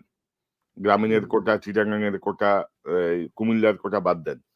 এর বাইরে যদি আপনি দেখেন যে কমিশন যে করলো, এই যে ৬ টা কমিশন যে করলো, কমিশনের লোক কিন্তু ঠিক নাই। সেটা মানে আপনি যার যদি সঙ্গে ঠিক মানুষগুলিকে, যার যোগ্যতার থেকে যার সঙ্গে তার সম্পর্ক ভালো, যার সঙ্গে হ্যাঁ তার খাতির বেশি, সেটা প্রাধান্য পেয়েছে এখানে। তো এইটা তো আগের রেজিমের আপনারা না, ডক্টর মোহাম্মদ ইউনূস আপনার প্রতি ওই ডিউ রেসপেক্ট, এই কথাগুলি এইগুলি আপনাদের সমালোচনা, এটা যদি আপনি করেন আপনাকে ফেইলিউর করবে। যে লোকগুলি শেখ হাসিনার সময় ছিল, মহা করাপশনের সাথে জড়িত, আপনার উপদেষ্টারা সেই কথাটুকু বলছেন, জি, কিন্তু মিনা আপনারা ভাই, কোনো অ্যাকশন নিচ্ছেন না। জি আমি জি আবারও আসবো আপনার কাছে। জুনায়েদ, আপনার ডক্টর ইউনূস আমেরিকায় এসে একটি একটি তার এই মিস্টার ক্লিনটনের এখানে অনুষ্ঠানে একটি মন্তব্য করেছেন, যে বিষয়টি নিয়ে আলোচনা হচ্ছে। আপনারা যারা এই বিপ্লবের সঙ্গে যুক্ত ছিলেন, অর্গানাইজার ছিলেন, তারা কিভাবে দেখেন? যেমন তিনি বলছিলেন যে এটি হচ্ছে এক ধরনের কি বলবো মানে পরিকল্পিতভাবে এই বিপ্লবটাকে আসলে করা হয়েছে, এবং আমি যদি আমি যদি একটু স্পেসিফিকলি একটু যদি পড়ি ওনার এই মন্তব্যটা থেকে, তাহলে তিনি বলছেন যে it's a amazing meticulously designed thing. It's not just sudden came, it's very well designed. Biplab well design কবে থেকে? বিপ্লবকে ওয়েল ডিজাইন করা যায় কিনা, বা এবং ধরেন যে উনি যে বারবার বলছেন যে মানে কিছু ছাত্র সমন্বয়ক বা ছাত্ররা আমাকে নিয়োগ দিয়েছে, তারা যতদিন চায় ততদিন আমি থাকবো, বা ধরেন মানে আমরা যারা ধরেন আমেরিকা থেকে কাজ করেছি গত এত বছর ধরে, মানে আমরা ভাবছিলাম যে ডক্টর ইউনূস হয়তো 10-15 মিনিট আমাদের সঙ্গে একটু চাটা খাবেন আর কি, হাই হ্যালো করবেন আর কি। হ্যাঁ, তো দেখা গেল যে ওই যেই মাথা সেই কপাল, ওনার প্রেস মিটিং এ সব আওয়ামী লীগের লোকজন, ওনার ওই এক ভাইস্তা আছে না কি যেন জাহাঙ্গীর সাহেবের ছেলে, সে আরেক ভাবসাব, এক সাংবাদিককে ধমক দিল এই পত্রিকা বন্ধ করাই দিব। হুলস্থুল গাইবা, তুমি বাংলাদেশের শেঠ, তুমি আমেরিকার পত্রিকা বন্ধ করাই দিবা, ডক্টর ইউনূসের ভাইস্তা তুমি এই এই এই এই তেজ। অদ্ভুত অদ্ভুত কাহিনী সব রে ভাই।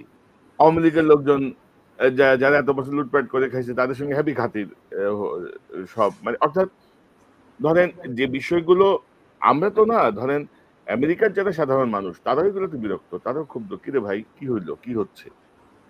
তো আপনি কি মনে করেন বিপ্লব কি কোনো পরিকল্পনা ছিল, বা এই বিপ্লবের ফলটা কি হচ্ছে? যেমন ওসমান সাহেব বললেন যে কি জাতীয় করুণ পরিস্থিতি, 5 লাখ টাকা করে ভিক্ষা দেওয়া হচ্ছে নিহতদের আহতদের পরিবারকে, 5 লক্ষ টাকা। তো আপনি কি মনে করেন, কিভাবে দেখেন?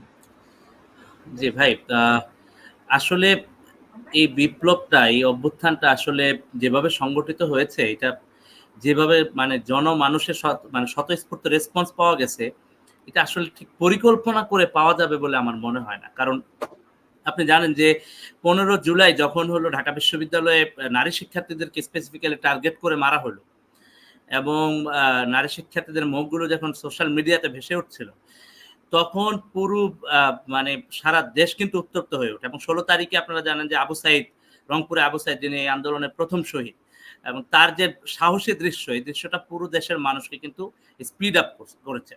তো সুতরাং এই আন্দোলনে চমৎকার চমৎকার ডিসিশন ছিল, ডিসিশন প্রক্রিয়াতে যারা আমরা যুক্ত ছিলাম, আমরা এটা নিয়ে কাজ করেছি, চিন্তা করেছি, কিন্তু মানুষের যে রেসপন্স, মানুষের যে স্বতঃস্ফূর্ততা, এই আন্দোলনে যে অংশগ্রহণ, এটা আমি নিজে যেহেতু মাঠে থেকেছি, এটা আসলে অন্যরকম, এটা চিন্তা করতে পারবেন। আমরা মানে এলাকাগুলোতে দেখেছি যে মানে ইয়াং ছেলে পেলে যাদেরকে কোনো কিছুতে সাথে পাঁচের মধ্যে থাকতে দেখা যায় না, এরা মাঠে নেমে এসেছে এবং একেবারে পুলিশ সামনে বুক পেতে দিয়েছে। পুলিশ তো অনেক জায়গায় কোনো ধরনের সতর্ক সংকেত দেয় না, ডিরেক্ট গুলি করছে। এবং আনবিলিভেবল ব্যাপার, আমি মানে নিজে যেহেতু যাত্রাবাড়িতে 5 তারিখেই আমার চোখের সামনে 15 জন হেডশট মানুষ এই স্নাইপারে হেডশট হয়ে যখন হসপিটালে ভর্তি হচ্ছিল, আমাদের চোখ দিয়ে পানি পড়তেছিল, কেউ কিন্তু আমরা মাঠ থেকে সরে যাই নাই। আপনার ওই পুলিশ সদস্যের বক্তব্য মনে থাকার কথা যে গুলি করি, মরে একটা, আহত হয় একটা, কিন্তু কেউ সরে যায় না। এই স্পিরিট আসলে পরিকল্পনা করে আনা যায় না। এটা বিগত 15-16 বছরের বিভিন্ন রাজনৈতিক দল চিন্তা মতের উপর যে জুলুম নির্যাতন নিগ্রহ হয়েছে, সাধারণ মানুষের উপর যে জুলুম নির্যাতন নিগ্রহ হয়েছে, এটা দীর্ঘদিনের বঞ্চনা, ক্ষোভ এবং হলো গিয়ে জুলুম হওয়ার মানে জালিমের জুলুমের প্রতি বিরক্তি, ক্ষোভের ফসল আর কি। সো এইটা, এবং গভর্নমেন্ট এই জিনিসটাকে মানে এবং আপনি যদি দেখেন জুনায়েদ, এই যে স্নাইপার শট যে হচ্ছে গত এই প্রায় 2 মাসে, আপনি স্নাইপার শট কারা মেরেছিল, কার নির্দেশে স্নাইপার নামানো হয়েছিল, এই স্নাইপার কারা, পুলিশের না আর্মির, কারা, কোনো তদন্ত কমিটি হয়েছে, কোনো কিছু আপনারা বের করতে পেরেছেন? বের করতে পারেন না। তো এই ঘোড়ার ডিমের সরকার দিয়ে আমরা কি করব? এটা নিয়ে আমি কথা বলতে চাচ্ছিলাম ভাই। এখন মানে আমি আন্দোলনের ওই জায়গাটা থেকে বলতেছি, হেলিকপ্টারে গুলি করা হয়েছে। আমরা যখন 19 তারিখে, জুলাইয়ের 19 তারিখে আমাদের এই যে চিটাং রোডের আমার এলাকার দিকে, এইখানে হেলিকপ্টার থেকে, পুলিশের গাড়ি থেকে গুলি করা হয়েছে। নিজের দেশের নাগরিকের উপর হেলিকপ্টার থেকে একেবারে ক্লোজ রেঞ্জে গুলি করা, এটা তো চিন্তাও করা যায় না। যেইভাবে ম্যাসাকার হয়েছে, মেসিভ গণহত্যা হয়েছে, 1581 জনের তালিকা পাওয়া গেছে, আর অসংখ্য মানুষের তো এখনো তালিকা পাওয়া যায় নাই। লাশগুলো বেওয়ারিশ ভাবে পড়ে আছে, এবং এই শহীদদের কাছে গিয়ে গেলে শোনা যায় যে এই লাশগুলো নিয়ে তাদেরকে কি পরিমাণ সাফার করতে হয়েছে, আন্দোলনের মধ্যে যখন এই শহীদদের পরিবারগুলোকে কি পরিমাণ সাফার করতে হয়েছে পুলিশ থেকে, এবং আওয়ামী লীগের নেতারা এসে কিভাবে শহীদদের পরিবারকে হুমকি ধামকি দিয়েছে। তো এই যে ত্যাগের উপর এই সরকার, আমরা এই সরকারের দুইটা জায়গায়, একটা মিনা রশিদ ভাই বলছেন যে প্রশাসনিক কোনো পরিবর্তন আমরা লক্ষ্য করতেছি না। পূর্বের যারা ফেসিবাদী, যারা এই পূর্বের রেজিমের সুবিধাভোগী, যারা এই জালিমের সহযোগী ছিল এবং হলো এই নির্দেশনাগুলো পালন করছে, তারা জায়গা মতো, পূর্বের জায়গা মতো অনেকেই বহাল আছে। এখন পর্যন্ত তাদেরকে কিন্তু সরানোর কোনো পদক্ষেপ নেওয়া যায় না, যেটা খুবই হতাশাব্যঞ্জক। তারপরে হইলো আপনি দেখেন শহীদ এবং আহতদের কে রিকগনাইজ করার, তাদের পরিবারকে পুনর্বাসন করার জন্য শহীদ স্মৃতি ফাউন্ডেশন করা হয়েছে, এবং সেখানে যে পরিমাণ বলা হয়েছে একটা মকারি। আসলে আমি বলবো যে এইটা শহীদদের পরিবার এবং এই সরকারকে বুঝতে হবে যে এই সরকার দাঁড়ায় আছে শহীদ আহত এবং এই আন্দোলনকারী ছাত্র জনতার বিপ্লবের ত্যাগের ফসল হিসেবে। সুতরাং শহীদ এবং আহতদের ব্যাপারে যথাযথ পদক্ষেপ এই 2 মাস হয়ে যাচ্ছে এখন পর্যন্ত নেওয়া যায় না। এটা খুবই খুবই খুবই দুঃখজনক এবং এটা মেনে নেওয়ার মতো না আর কি।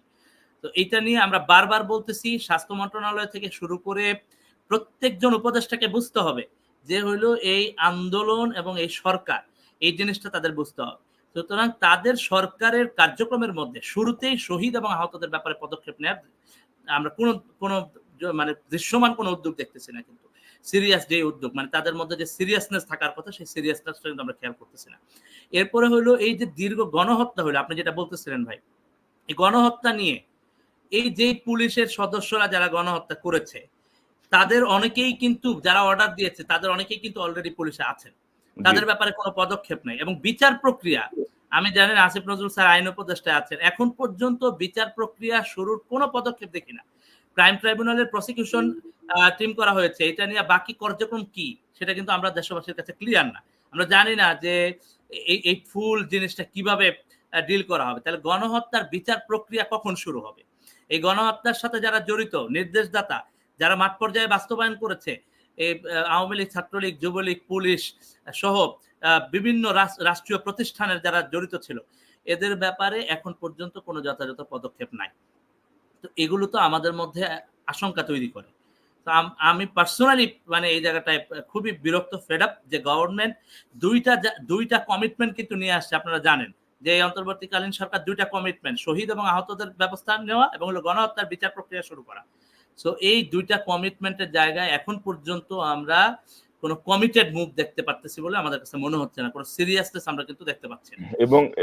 এবং জনায়েত ভাই ধরেন যে অভিজ্ঞতা যে একটা গুরুত্বপূর্ণ বিষয়, অভিজ্ঞতা মানে জীবনের অভিজ্ঞতা বা বাস্তব অভিজ্ঞতা অনেক গুরুত্বপূর্ণ একটা বিষয়।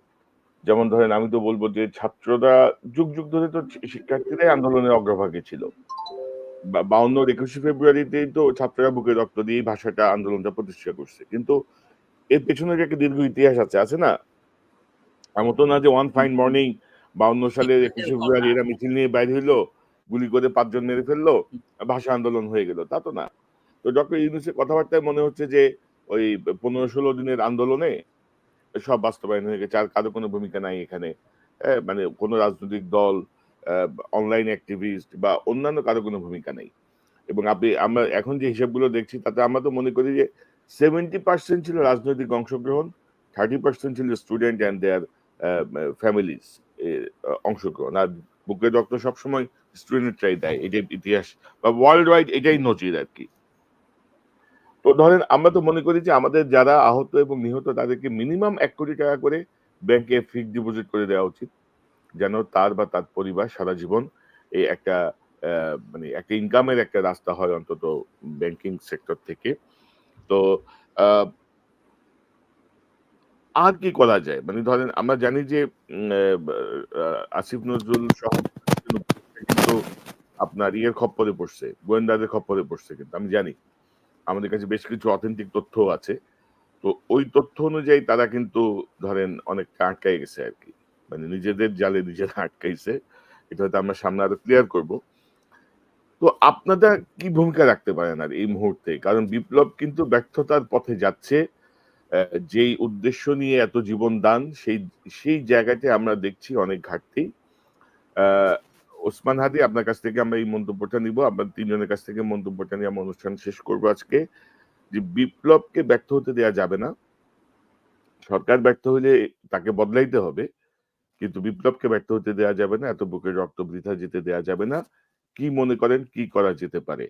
বাট আমার কাছে তথ্য আছে খুব সহসাই সরকারে একটা ম্যাসিভ পরিবর্তন আসবে, হয়তো এক সপ্তাহখানেকের মধ্যেই একটা ম্যাসিভ পরিবর্তন আসবে, ওলট পালট হবে অনেক কিছুই। তো আপনি কি মনে করেন কি করণীয় এই যে ব্যর্থতার জায়গাগুলো থেকে? সরার ভাই, আপনার কাছে ওই পিছন থেকে একটু একটু করে সংক্ষেপে রেসপন্স করি। একটা হলো, একজন ব্যক্তি পালিয়ে গেছে, ফ্যাসিবাদের আর কিছু সরে নাই, এবং ডকুমেন্টেড নিউজের যে 3 কোটি টাকা দিয়ে যে নতুন ডিসি হলো, চেক সহ আসলো, নতুন ডিসি হলো, তার মধ্যে অন্তত 40 জন যারা সরাসরি মানে ফ্যাসিস্ট গভর্নমেন্টের সুবিধাপ্রাপ্ত, এই যে নতুন যে আবার ডিসি হিসেবে পদায়ন করা হলো, তো বলবার নাই কিছু।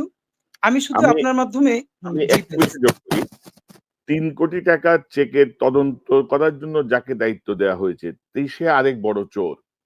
ওই চোরের আবার বিশাল ডকুমেন্ট আমার কাছে পাঠাইছে একজন, বললো যে এই চোরকে দেওয়া হয়েছে ওই চোরের তদন্ত করার জন্য।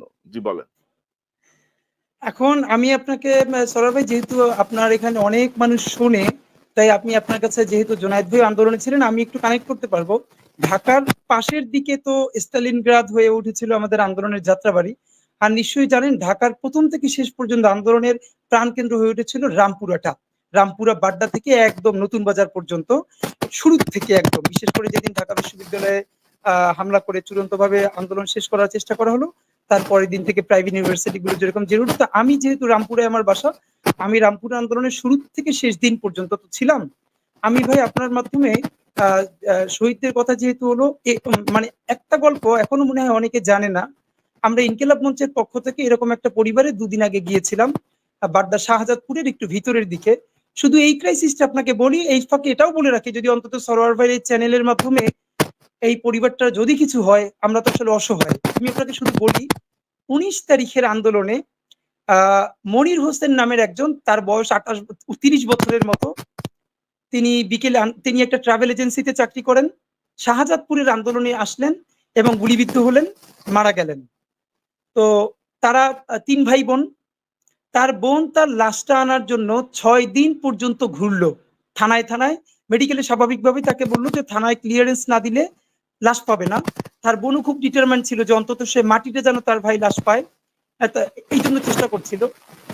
বাড্ডা থানা তাকে বলছে আমাদের অঞ্চলে তো কোনো গুলি হয় নাই, সব গুলি ইনটেক রয়ে গেছে, তাহলে কিসের ক্লিয়ারেন্স দিব।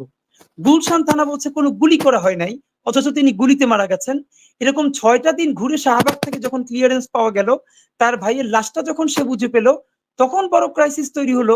ঢাকায় কোথাও তাকে দাফন দিতে দেওয়া হবে না। আজিমপুর গেল, বাড্ডা গোরস্থান যেখানে আছে ভিতরে সেখানে গেল, পুলিশ থেকে স্পষ্ট তাকে বলা হয়েছে, একজন অফিসার থেকে বলেছে যে এই আন্দোলনে যারা অংশ নিয়ে মারা গেছে তাদের কোনো কবর বাংলাদেশে হতে দেওয়া হবে না। আই রিপিট, এই কথাটার ডকুমেন্টেশন আমার কাছে আছে। আমরা আগামীকাল ইনকিলাব মঞ্চ থেকে এই ভিডিওটাও দিব, এই বোনের যে আমরা ইন্টারভিউ করেছি। তারপরে মসজিদ কমিটির কাছে গেল যে আপনারা প্লিজ একটু হেল্প করেন। মসজিদ কমিটি বলল যে গতকালও যদি তোমরা আসতা আমরা কোনোভাবে দাফন করে ফেলতে পারতাম। স্থানীয় আওয়ামী লীগ এসে বলে গেছে যে আমরা যেন এইরকম কোনো লাশ দাফন করার ব্যবস্থা না করি। 37,000 টাকা ধার করে তার বাড়ি ঝালকাঠির রাজাপুরে একটা অ্যাম্বুলেন্সে নিয়ে গেল সেখানে কবর করার জন্য। সেখানের স্থানীয় পুলিশ বলছে দাফন করতে দেওয়া যাবে না।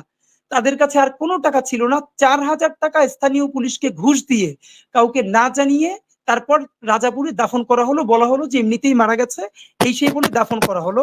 কিন্তু দেখেন বিপদটা এখানেও শেষ না। সে ঢাকায় আসলো। একটা পরিবার কিভাবে দেখেন, আপনি যে বলছিলেন সরোয়ার ভাই যে 1 কোটি টাকা, আমি স্পষ্ট বলি 1 কোটি টাকা আর 1 লাখ টাকা বুঝি না।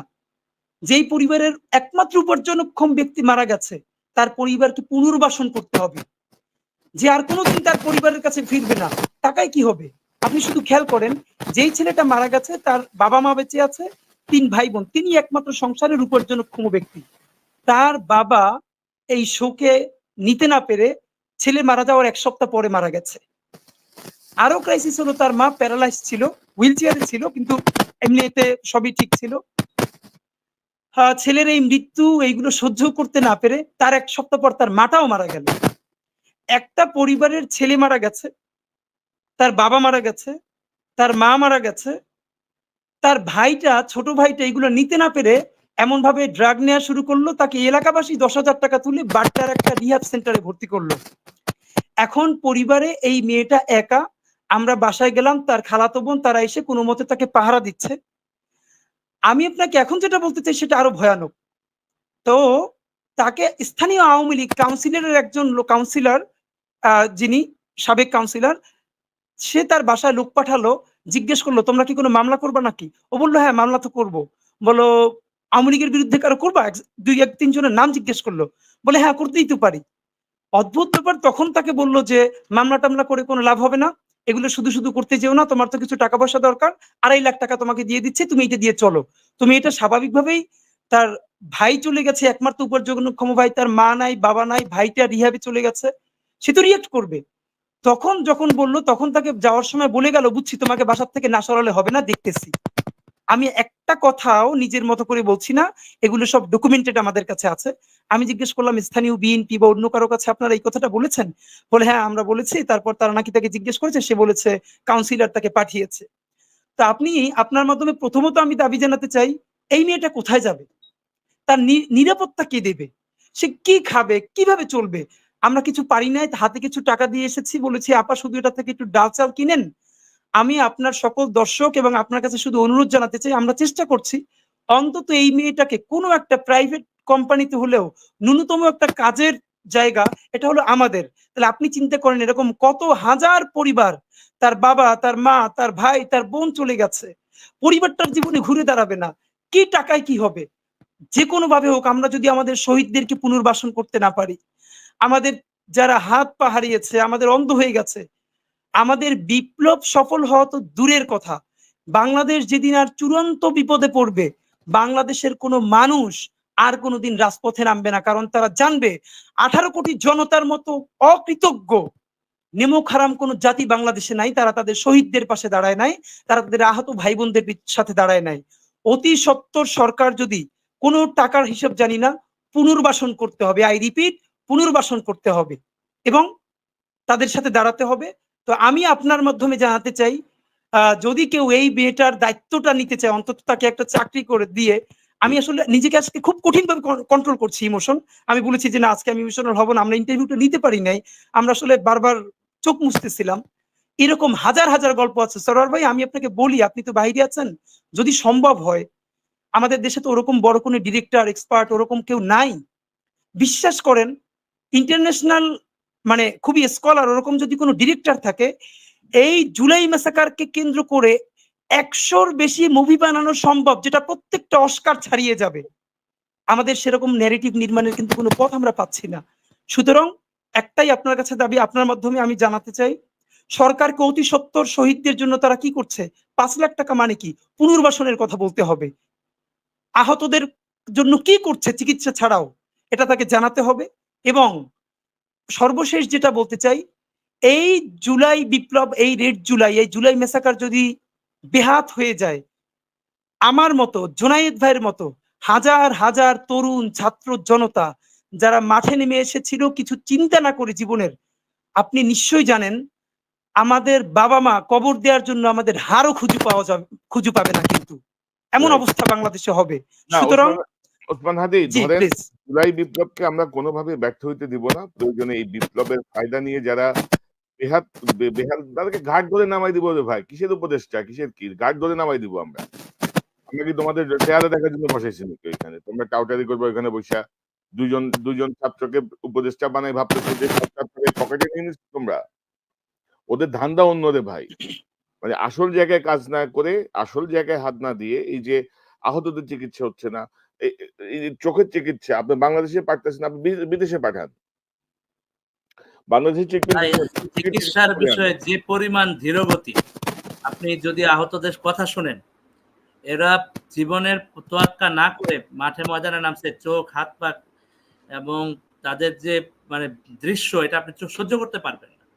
এরপরে হসপিটালগুলোতে কোনো ধরনের ব্যবস্থা নাই, সরকারের পক্ষ থেকে কোনো পদক্ষেপ নাই। আহতদের তালিকা তৈরি, শহীদের তালিকা তৈরি করতে তারা পারতেছে না।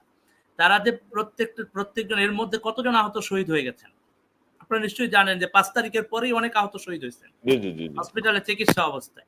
কি করে তাদের এরকম মানে দুর্বল চিকিৎসা, ভুল চিকিৎসা বা যাই বলে সুচিকিৎসার অভাবে তারা শহীদের তালিকায় নাম আসছে। চোখ হারাইছে, পা হারাইছে, এই পরিবারগুলোর যে দৃশ্য আমরা যখন কথা শুনি আমাদের কাছে এসে যখন বলে তখন আমাদের নিজেদের লজ্জা লাগে যে এই মানুষগুলো একটা সুন্দর দেশের জন্য কিন্তু জুনায়েদ অন্য ভাই, কোনো উদ্দেশ্য তো ছিল না। জুনায়েদ ভাই, এত বিভৎসতা, এত ভয়াবহ, এত নির্মমতা চালানোর পরে আসিফ নজরুল বলে যে আওয়ামী লীগ একটি ঐতিহ্যবাহী দল, কোনো ইয়ের কারণে সেটাই। চিত্র করার কোনো দরকার নাই বা এরকম। অথচ সাখাওয়াত বিচারের বলে, কোনো উদ্যোগ নাই ভাই, বিচারের কোনো কোনো উদ্যোগ নাই। বিচারের কোনো উদ্যোগ নাই। সাখাওয়াত বলে যে দল গোছান, এখন দল গোছান ইয়ের জন্য আওয়ামী লীগকে বলে। তো এইসব আপনি বুঝতেছেন কাদেরকে আপনারা বসাইছেন কোথায়? সরোয়ার ভাই, আমি একটুখানি আপনাকে বলি, আমাদের যারা গভর্নমেন্টে আছে এখন, এরা তো সবাই চাকরি করছে, চাকরি। মানে এই সরকার বদলে গেল তো তারা বাংলাদেশেই থাকবে, তারা চাকরি করবে, তাদের তো জীবন হারানোর কোনো ভয় নাই। এবং সুতরাং আরেকটা বিষয় কি জানেন যে গত জি 18 বছরে আদিলুর রহমান শুভ্র 31 দিন জেলে ছিল। 31 দিন জেলে ছিল আদিলুর রহমান শুভ্র, আর ডক্টর ইউনূসের বিরুদ্ধে মামলায় ওনার 1 বছরের সাজা হয়েছিল। ওনাকে হেনস্থা করা হয়েছে, কোর্টে হাজিরা দেওয়ার সময় পায়তালায় হাঁটায় উঠাইছে, নানা রকম ভাবে শারীরিক কষ্ট দিছে। এর বাইরে আপনি আর একটা লোক দেখাইতে পারবেন যে গত 18 বছরে বা 15 বছরে ক্ষতিগ্রস্ত? তাদের ব্যাংকের স্টেটমেন্ট বাইর করেন গত 15 বছরে, দেখেন কি অবস্থা। কোথাও কোনো সমস্যা নাই কিন্তু। এরা এখন এরা ভাই এরা এরা জি, বিপ্লবের চেতনা বুঝবে, এরা বিপ্লব বুঝবে, এই আত্মত্যাগ বুঝবে এরা? এবং সবচেয়ে বড় কথা, তারা তো নিজেদেরকে বিপ্লবী সরকার বলছে না। বলছে আমরা না। করেছি বিপ্লব, তারা তো বলছে অন্তর্বর্তীকালীন সরকার। তারা কি অন্তর্বর্তীকালীন সরকার? মানে গতানুগতিক সাংবিধানিক ধারায় যে অন্তর্বর্তীকালীন সরকার হয়, এটা কি সেই অন্তর্বর্তীকালীন সরকার? তারা তো নিজেদেরকে বিপ্লবী সরকার বলছে না। সুতরাং আমরা যেহেতু কথা বলতে শুরু করলাম, আমরা জানি এগুলোর পিছনে অনেক ইস্যু আছে। এই মুহূর্তে কথা বলা, যেমন আপনাকে ফাঁকে বলেই রাখি, আমরা যখন লং মার্চ করলাম ইনকিলাব মঞ্চের পক্ষ থেকে, যখন ফেনী ডুবে গেল, আমরা যখন লং মার্চটা করলাম, তখন আমাদেরকে অনেকে বলল যে ভারতের বিরুদ্ধে এভাবে বলা ঠিক হচ্ছে না। আমার প্রশ্ন হলো, মাহমুদুর রহমানকে একটা সময় বিএনপির বুদ্ধিজীবী ফোরাম থেকেও তো বাদ দিয়ে দেওয়া হলো, যে মাহমুদুর রহমানের এই উগ্র চিন্তার কারণেই বিএনপি শুধু ক্ষমতায় আসতে পারছে না। তো আমি সেই সব ভাইদেরকে বলতে চাই, আপনারা ভারতকে কি পরিমাণ ভালোবেসে, চুমু দিয়ে, আদর করে আপনারা ক্ষমতায় এলেন। বাংলাদেশের মানুষ তো বুক চিতিয়ে লড়াই করে ভারতকে চ্যালেঞ্জ করে তারপর বাংলাদেশ, নতুন বাংলাদেশ নির্মাণ করলো। হ্যাঁ, প্রতিবেশী বদলানো যায় না, আমাদের সাথে তো ভারতের শত্রুতা থাকবে না। আমরা শুধু এটাই বলতে চাই, সার্বভৌমত্বের সাথে বন্ধুত্বের সম্পর্ক মেরুদণ্ড সোজা করে, শির দ্বারা সোজা করে। আর সেটাই আমরা বলতে চাই যে অন্তত এই সরকার, সেটা আমরা যদি কারো আপনারা না গোলামি পারেন, করতে প্লিজ। চাই না। মেইন কথাটা হলো আমরা আমরা তো কারো গোলাম গোলাম হবো না। না, আমরা তো সেটেল। এবং আমরা আপনার সরোয়ার ভাই, আপনার মনে ভারত আছে, যদি আপনাকে বলে আমাদেরকে গোলাম হিসেবে জি, ট্রিট করতে চায় তাহলে তাদেরকে বুঝতে হবে যে আমরা কারো গোলাম না। গোলামি বাংলাদেশের জনগণ মেনে নেয় না। এইজন্যই তো পুরো সেটাই। ভারতের এস্টাবলিশমেন্ট কে এবং এবার সরোয়ার ভাই, পালাই আপনার মনে ফেলেছে। আছে কিনা কোন যে একটা দেশের দীপুমণি যখন গভর্নমেন্ট পররাষ্ট্রমন্ত্রী, দীপুমণি যখন পররাষ্ট্রমন্ত্রী ভারত গিয়েছিলেন, তো ডাক্তার থেকে পররাষ্ট্রমন্ত্রী হয়েছেন, যাই হোক, মানে ন্যূনতম ওই পড়াশোনা তো ওনার ছিল না। ওনাকে ভারতের সাংবাদিক প্রশ্ন করছে, আপনি কি মনে করেন বাংলা, অনেকেই বলে বাংলাদেশ ভারতের স্যাটেলাইট স্টেট, আপনিও কি তাই মনে করেন? তো প্রথম কথা হলো, উনি তো স্যাটেলাইট স্টেট কি এটা বুঝতেছিলই না, উনি হাসতেছিল। এই হাসির মানে হচ্ছিল উনি অ্যাকনলেজ করতেছে, হ্যাঁ মনে হয় স্যাটেলাইট স্টেট। মানে এটা কি ভাই? মানে এর চেয়ে লজ্জা কি হতে পারে? ভারতের সাথে আমরা সার্বভৌমত্ব রক্ষা করে আমরা বন্ধুত্বপূর্ণ সম্পর্ক চাই। আমরা পাশাপাশি বসে কথা বলবো, আমরা পায়ের কাছে বসে কথা বলবো না। আমরা সীমান্তে মার খেয়ে চলে আসবো না, মারামারি হবে না, প্রশ্নই আসবে না। তবে আমাদেরকে যদি কেউ মারে, আমরা অন্তত শুধু লাশ বুঝে নেওয়ার জন্য যাব না, আমরা আমাদের সাধ্যমতো রুখে দাঁড়াবো। এইটা যদি না পারা যায়, তাহলে আমাদের অভ্যুত্থান যদি কেউ ব্যর্থ করতে চায়, সারা বাংলাদেশের ছাত্র জনতা তো যান জীবন দেওয়া শিখে গেছে। আশা করি ইনশাল্লাহ তারা আবারও নামবে। তবে আমাদের একমাত্র দাবি, শহীদদের জন্য, আমাদের আহত যোদ্ধাদের জন্য আমাদের এই লড়াইটা জারি রাখতে হবে, যতক্ষণ না পর্যন্ত তাদের পুনর্বাসন এবং তাদের ন্যায় বিচার হচ্ছে। ধন্যবাদ। মিনার ভাই, আপনি আপনার মন্তব্য জানতে চাই যে গণবিপ্লব কি ব্যর্থতার পথে বা এখন করণীয় কি? শেষ মন্তব্য আপনার। কনক ভাই, আমার কাছে যেটা মনে হয় যে আমরা যে জিনিসগুলি তুলে ধরেছেন আপনারা, এটা অবশ্যই এগুলি আমাদের বিবেচনায় রাখতে হবে, কিন্তু এগুলি যেন আমাদেরকে আবার হতাশ না করে দেয়। আমাদের সবচেয়ে বড় অর্জন, এই বিপ্লবের সবচেয়ে বড় অর্জন আমাদের একটা কনফিডেন্স দিয়েছে। হ্যাঁ আমরা পারি, এবং আল্লাহ আমাদেরকে ছেড়ে যায় না, যে আমাদের যেহেতু আল্লাহর উপর আমাদের পূর্ণ আস্থা ও বিশ্বাস আছে, এইটাই হলো আমাদের সবচেয়ে বড় কনফিডেন্স। কাজে আপনারা কখনোই এই হতাশায় ভুগবেন না যে এই বিপ্লব ফেইলিউর হবে। ইনশাল্লাহ এটা ফেইলিউর হবে না, আমরা এটাকে ফেইলিউর হতে দেব না। এই যে আমাদের ছাত্র জনতা, এখানে দুইটা আছে, এদের কিছু সমন্বয়করে বানিয়েছে ক্ষমতার সমন্বয়ক, কিন্তু জনতার সমন্বয়ক আছে, এবং এরাই আমাদের সাথে এখন যোগ দিয়েছেন। এটা ইজ এ গুড কাম। আমি কিন্তু খুব মুগ্ধভাবে এই দুইজনের কথা শুনছিলাম, রাইট। এই আমাদের নিউ জেনারেশন, এরা আমাদেরকে আশান্বিত করেছে। কাজেই কনক ভাই, আমাদের অবশ্যই এইটা ফেইলিউর হবে না। আমি আপনাদেরকে বলে রাখছি, যে কোনো মুহূর্তে এই যে আপনারা যারা বলছেন যারা আহত বা নিহত হয়েছে তাদের জন্য আমরা অবশ্যই দাঁড়াবো। আপনারা এই যে ইনকিলাব মঞ্চ আসেন, দরকার পড়লে আমরা এসে আপনাদের সাথে রাস্তায় দাঁড়াবো ইনশাল্লাহ। আমরা আসছি ইনশাল্লাহ। আমি আগামী 9 তারিখ হয়তো আসবো, দোয়া করবেন যতটুকু সম্ভব। এবং আমাদের এখানে যারা আছে, পিনাকি দা আমাকে ফোন করেছিলেন, অ্যাকচুয়ালি আমাদের একটু টাইমিং এর সমস্যা, ওনার একটা রেকর্ডিং হচ্ছে ফরহাদ মাজারের সাথে, এটা আমি আসলে টাইমটা ঠিক করতে পারি না, এই জন্য উনি এখন অ্যাটেন্ড করতে পারেন নাই। একই অবস্থা ইলিয়াসের জন্য, কিন্তু আমাদের সবার সমর্থন আছে। আজকে এখানে থাকার কথা ছিল আমাদের সবার মুরব্বী, যাকে নিয়ে আমরা এই উদ্যোগ শুরু করেছিলাম, মাহমুদ ভাই, ওনাকে আমরা রিয়েলি মিস করছি, কিন্তু উনি আমাদের প্রেরণা হয়ে থাকবেন এবং আপনাদের সাথে এই যে সমন্বয়কদের মাহমুদ ভাই সাথে। তো আমাদের লাস্ট রবিবারের প্রোগ্রামটাতে মাহমুদ ভাই ছিলেন। হ্যাঁ এবং আমরা ইনশাল্লাহ চাই যে আগামী আমরা আশা করি আগামীতে উনি থাকবেন, আমাদের সমস্ত কাজের সাথে উনি থাকবেন। কাজে আপনারা এটা হতাশ হবেন না। আমি এই হতাশাটাকে আমার কাছে খুব অ্যালার্মিং মনে হয়। এই হতাশা যেন না আসে। যে মায়েরা তাদের সন্তান হারিয়েছেন, আমাদের বোনেরা তাদের স্বামী হারিয়েছেন, আমরা অবশ্যই তাদের পিছনে যাব। সরকার আসে নাই, আমরা আমাদের যত লিমিটেড আছে, আপনারা থাকেন, আমরা যে কোনো একটা অর্গানাইজেশন করে যাই পারি, আমরা যদি যা খাই ওনারাও তাই খাবে, এই প্রতিজ্ঞা নেন। এটা কখনোই কয়জন আপনার হ্যাঁ জি বলেন। আমি মাঝখানে বলছিলাম না যে অনভিজ্ঞতার কথা। আপনি যদি দেখেন যে হ্যাঁ মানে ছাত্রদের এই যে বন্যার সময় মানুষের যে স্বতঃস্ফূর্ত অংশগ্রহণ, কয়েকদিন আগে আমি দেখলাম যে এখনো টিএসসির ভেতরে বহু ত্রাণ পড়ে আছে, পানি, কাপড় চোপড় এগুলো সব পড়ে আছে। 9 কোটি টাকার মতো মানুষের যে ডোনেশন, এটা ব্যাংক অ্যাকাউন্টে পড়ে আছে।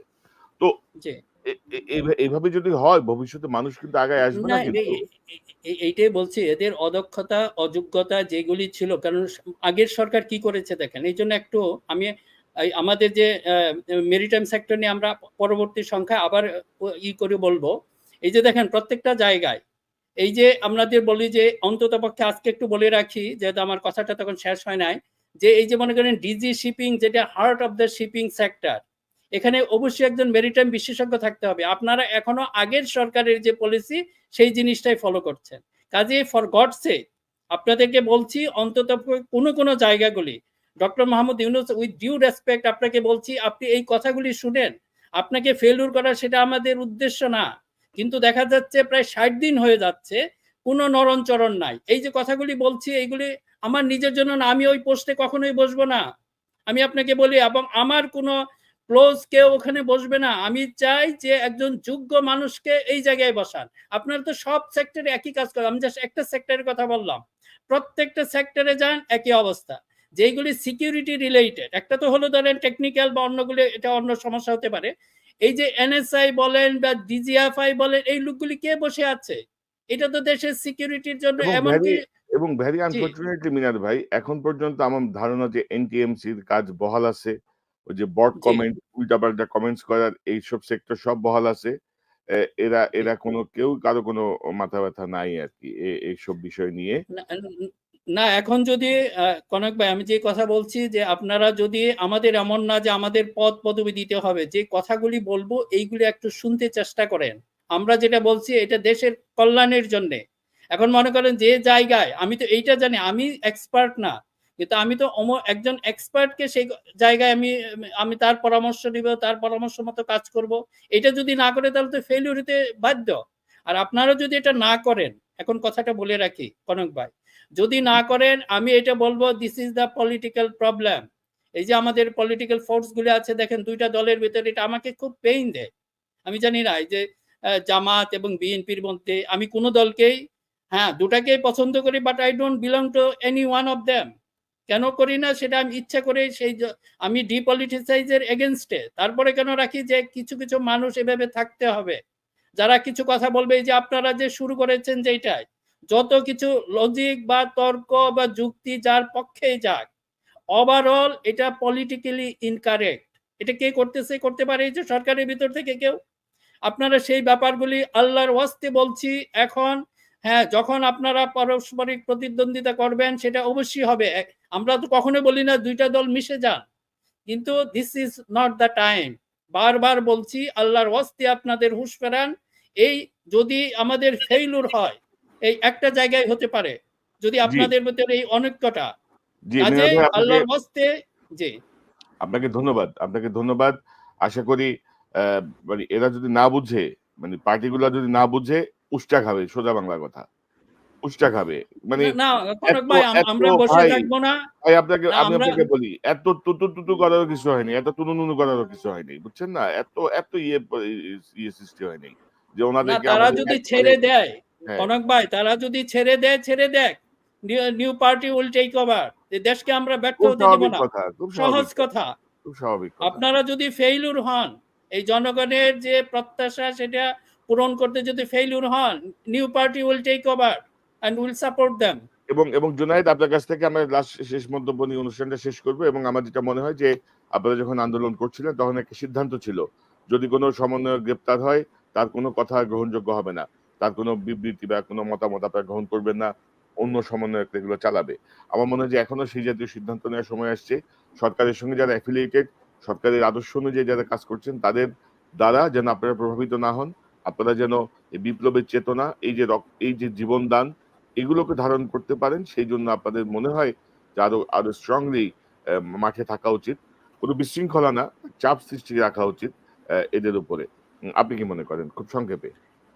জি ভাই, আমি মিনার রশিদ ভাইয়ের কথা ধরেই বলতেছি, আমরা আসলে মোটেই মানে হতাশ না, আমরা আশাবাদী হইতে চাই। কারণ হলো বাংলাদেশে 5ই আগস্ট আসবে বা 36শে জুলাই আসবে, এটা তো আমরা কখনো চিন্তা করি নাই।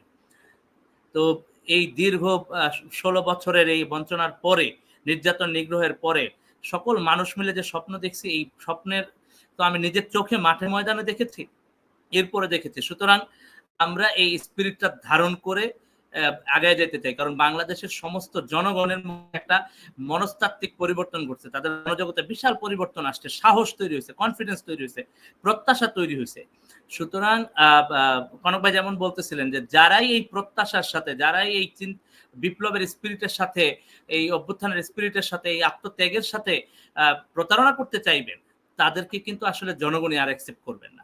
সুতরাং এই জায়গায় আমাদের সবাইকে ঐক্যবদ্ধ হয়ে এই বিপ্লবের স্পিরিট রক্ষায় কাজ করতে হবে। সমস্ত রাজনৈতিক দল, সাধারণ মানুষ, শ্রমিক জনতা, আমাদের বোনেরা সবাই যেভাবে অংশগ্রহণ করেছেন, আমরা চেষ্টা করছি আমরা যেন সেই স্পিরিটটা ধারণ করেই একসাথে ফেসিবাদের চক্রান্ত যেহেতু এখনো অব্যাহত আছে, এই চক্রান্ত আমরা যেহেতু এক দফায় একমত হয়েছিলাম ফেসিবাদের শাসন ব্যবস্থার বিলোপ, সেই ব্যবস্থার বিলোপ তো এখনো হয় নাই। সুতরাং ওই ব্যবস্থার বিলোপ সাধনে সেই যে যত চক্রান্ত, সেই চক্রান্ত যাতে আমরা রুখে দিতে পারি এবং ধ্বংস করে দিতে পারি, তার যা সিস্টেম আছে সেই জায়গায়, সেই চেতনায় আমাদেরকে ঐক্যবদ্ধ থাকতে হবে। এটা নিয়ে আমরা কাজ করে যাবো ইনশাআল্লাহ। জি জুনায়েদ, আপনাকে ধন্যবাদ। ওসমান হাদি, আপনাকে ধন্যবাদ। মিনার ভাই, আপনাকে ধন্যবাদ। এবং ওই যে বক্তৃতা বিবৃতিতে ওই যে বীরত্ব গাথার বিবরণ, ওই যে 2 হাত পেতে বুলেটের সামনে দাঁড়িয়ে গিয়েছিল ছাত্র জনতা, এইসব কাব্যিক কথা না বলে ওই ফ্যামিলিগুলোর কি অবস্থা, যারা বুকে রক্ত দিল, তাদের কবর আসলে শনাক্ত করা গেল কিনা, এগুলো অনেক ইম্পর্টেন্ট। এইসব গাল ভরা বলি, পলিটিক্যাল বলির চেয়ে ওসমান যেটি বলছিলেন যে যেভাবে যে করুণ, প্রত্যেকটা পরিবারের যে করুণ ইতিহাস, এই জায়গাগুলো আমার মনে হয় যে অ্যাড্রেস করা উচিত। ওই সময় তাদেরকে যারা হেনস্থা করেছে তাদেরকে বিচারের আওতায় আনতে হবে, তাদেরকে অ্যারেস্ট করতে হবে।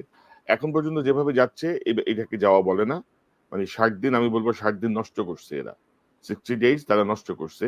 আসিফ নজরুল সাহেব অনেক ভালো ভালো কথা বলেন, না পারলে ছেড়ে দেন। সবাই সবকিছু পারে না, সবাই সবকিছু পারে না। এবং ডক্টর মাহমুদুর রহমানকে জেলে পাঠিয়ে আপনি আমাদেরকে যে আইন শেখালেন, আইন মারাইলেন, এইটা দিয়ে বোঝা গেছে আপনার ইনক্যাপাবিলিটি। আপনি বিদায় হন ভাই। বহুত ভালো ভালো লোক আছে, এরা দায়িত্ব নিবে, বহুত লোকজন আছে। আইনের শিক্ষক হওয়া এক জিনিস, পত্রিকায় কলাম লেখা, টেলিভিশনে কথা বলা এক জিনিস, আর প্র্যাকটিক্যালি রাষ্ট্র পরিচালনায় সেই আইনের ব্যবহার বা মন্ত্রণালয়ের ব্যবহার ভিন্ন জিনিস। না পারলে বিদায় হন। আর কোথাও যদি কোনো আটকা থাকেন গোয়েন্দা সংস্থার কাছে সেটাও বলেন, আমরা হেল্প করব, নো প্রবলেম। তো আপনাদের অতিথিদের আবারও ধন্যবাদ। নিশ্চয়ই আমরা নিয়মিতভাবে আপনাদেরকে পাবো। জোনায়েদ এবং ওসমান হাদি, আপনারা আজকে প্রথম যোগ দিলেন আমার সাথে। আমি সত্যিই কৃতজ্ঞ আপনার প্রতি এবং আপনাদের দুজনকে আমি ধন্যবাদ জানাতে চাই। এবং আপনাদের যে কথাগুলো আমরা শুনেছি, এটাই আসলে এই প্রজন্মের তরুণদের কথা, এই প্রজন্মের স্পিরিট। আমরা ভবিষ্যতে আপনাদের কাছ থেকে শুনতে চাই এবং আরো নতুন নতুন অতিথিকে আমরা আমাদের অনুষ্ঠানে চাই।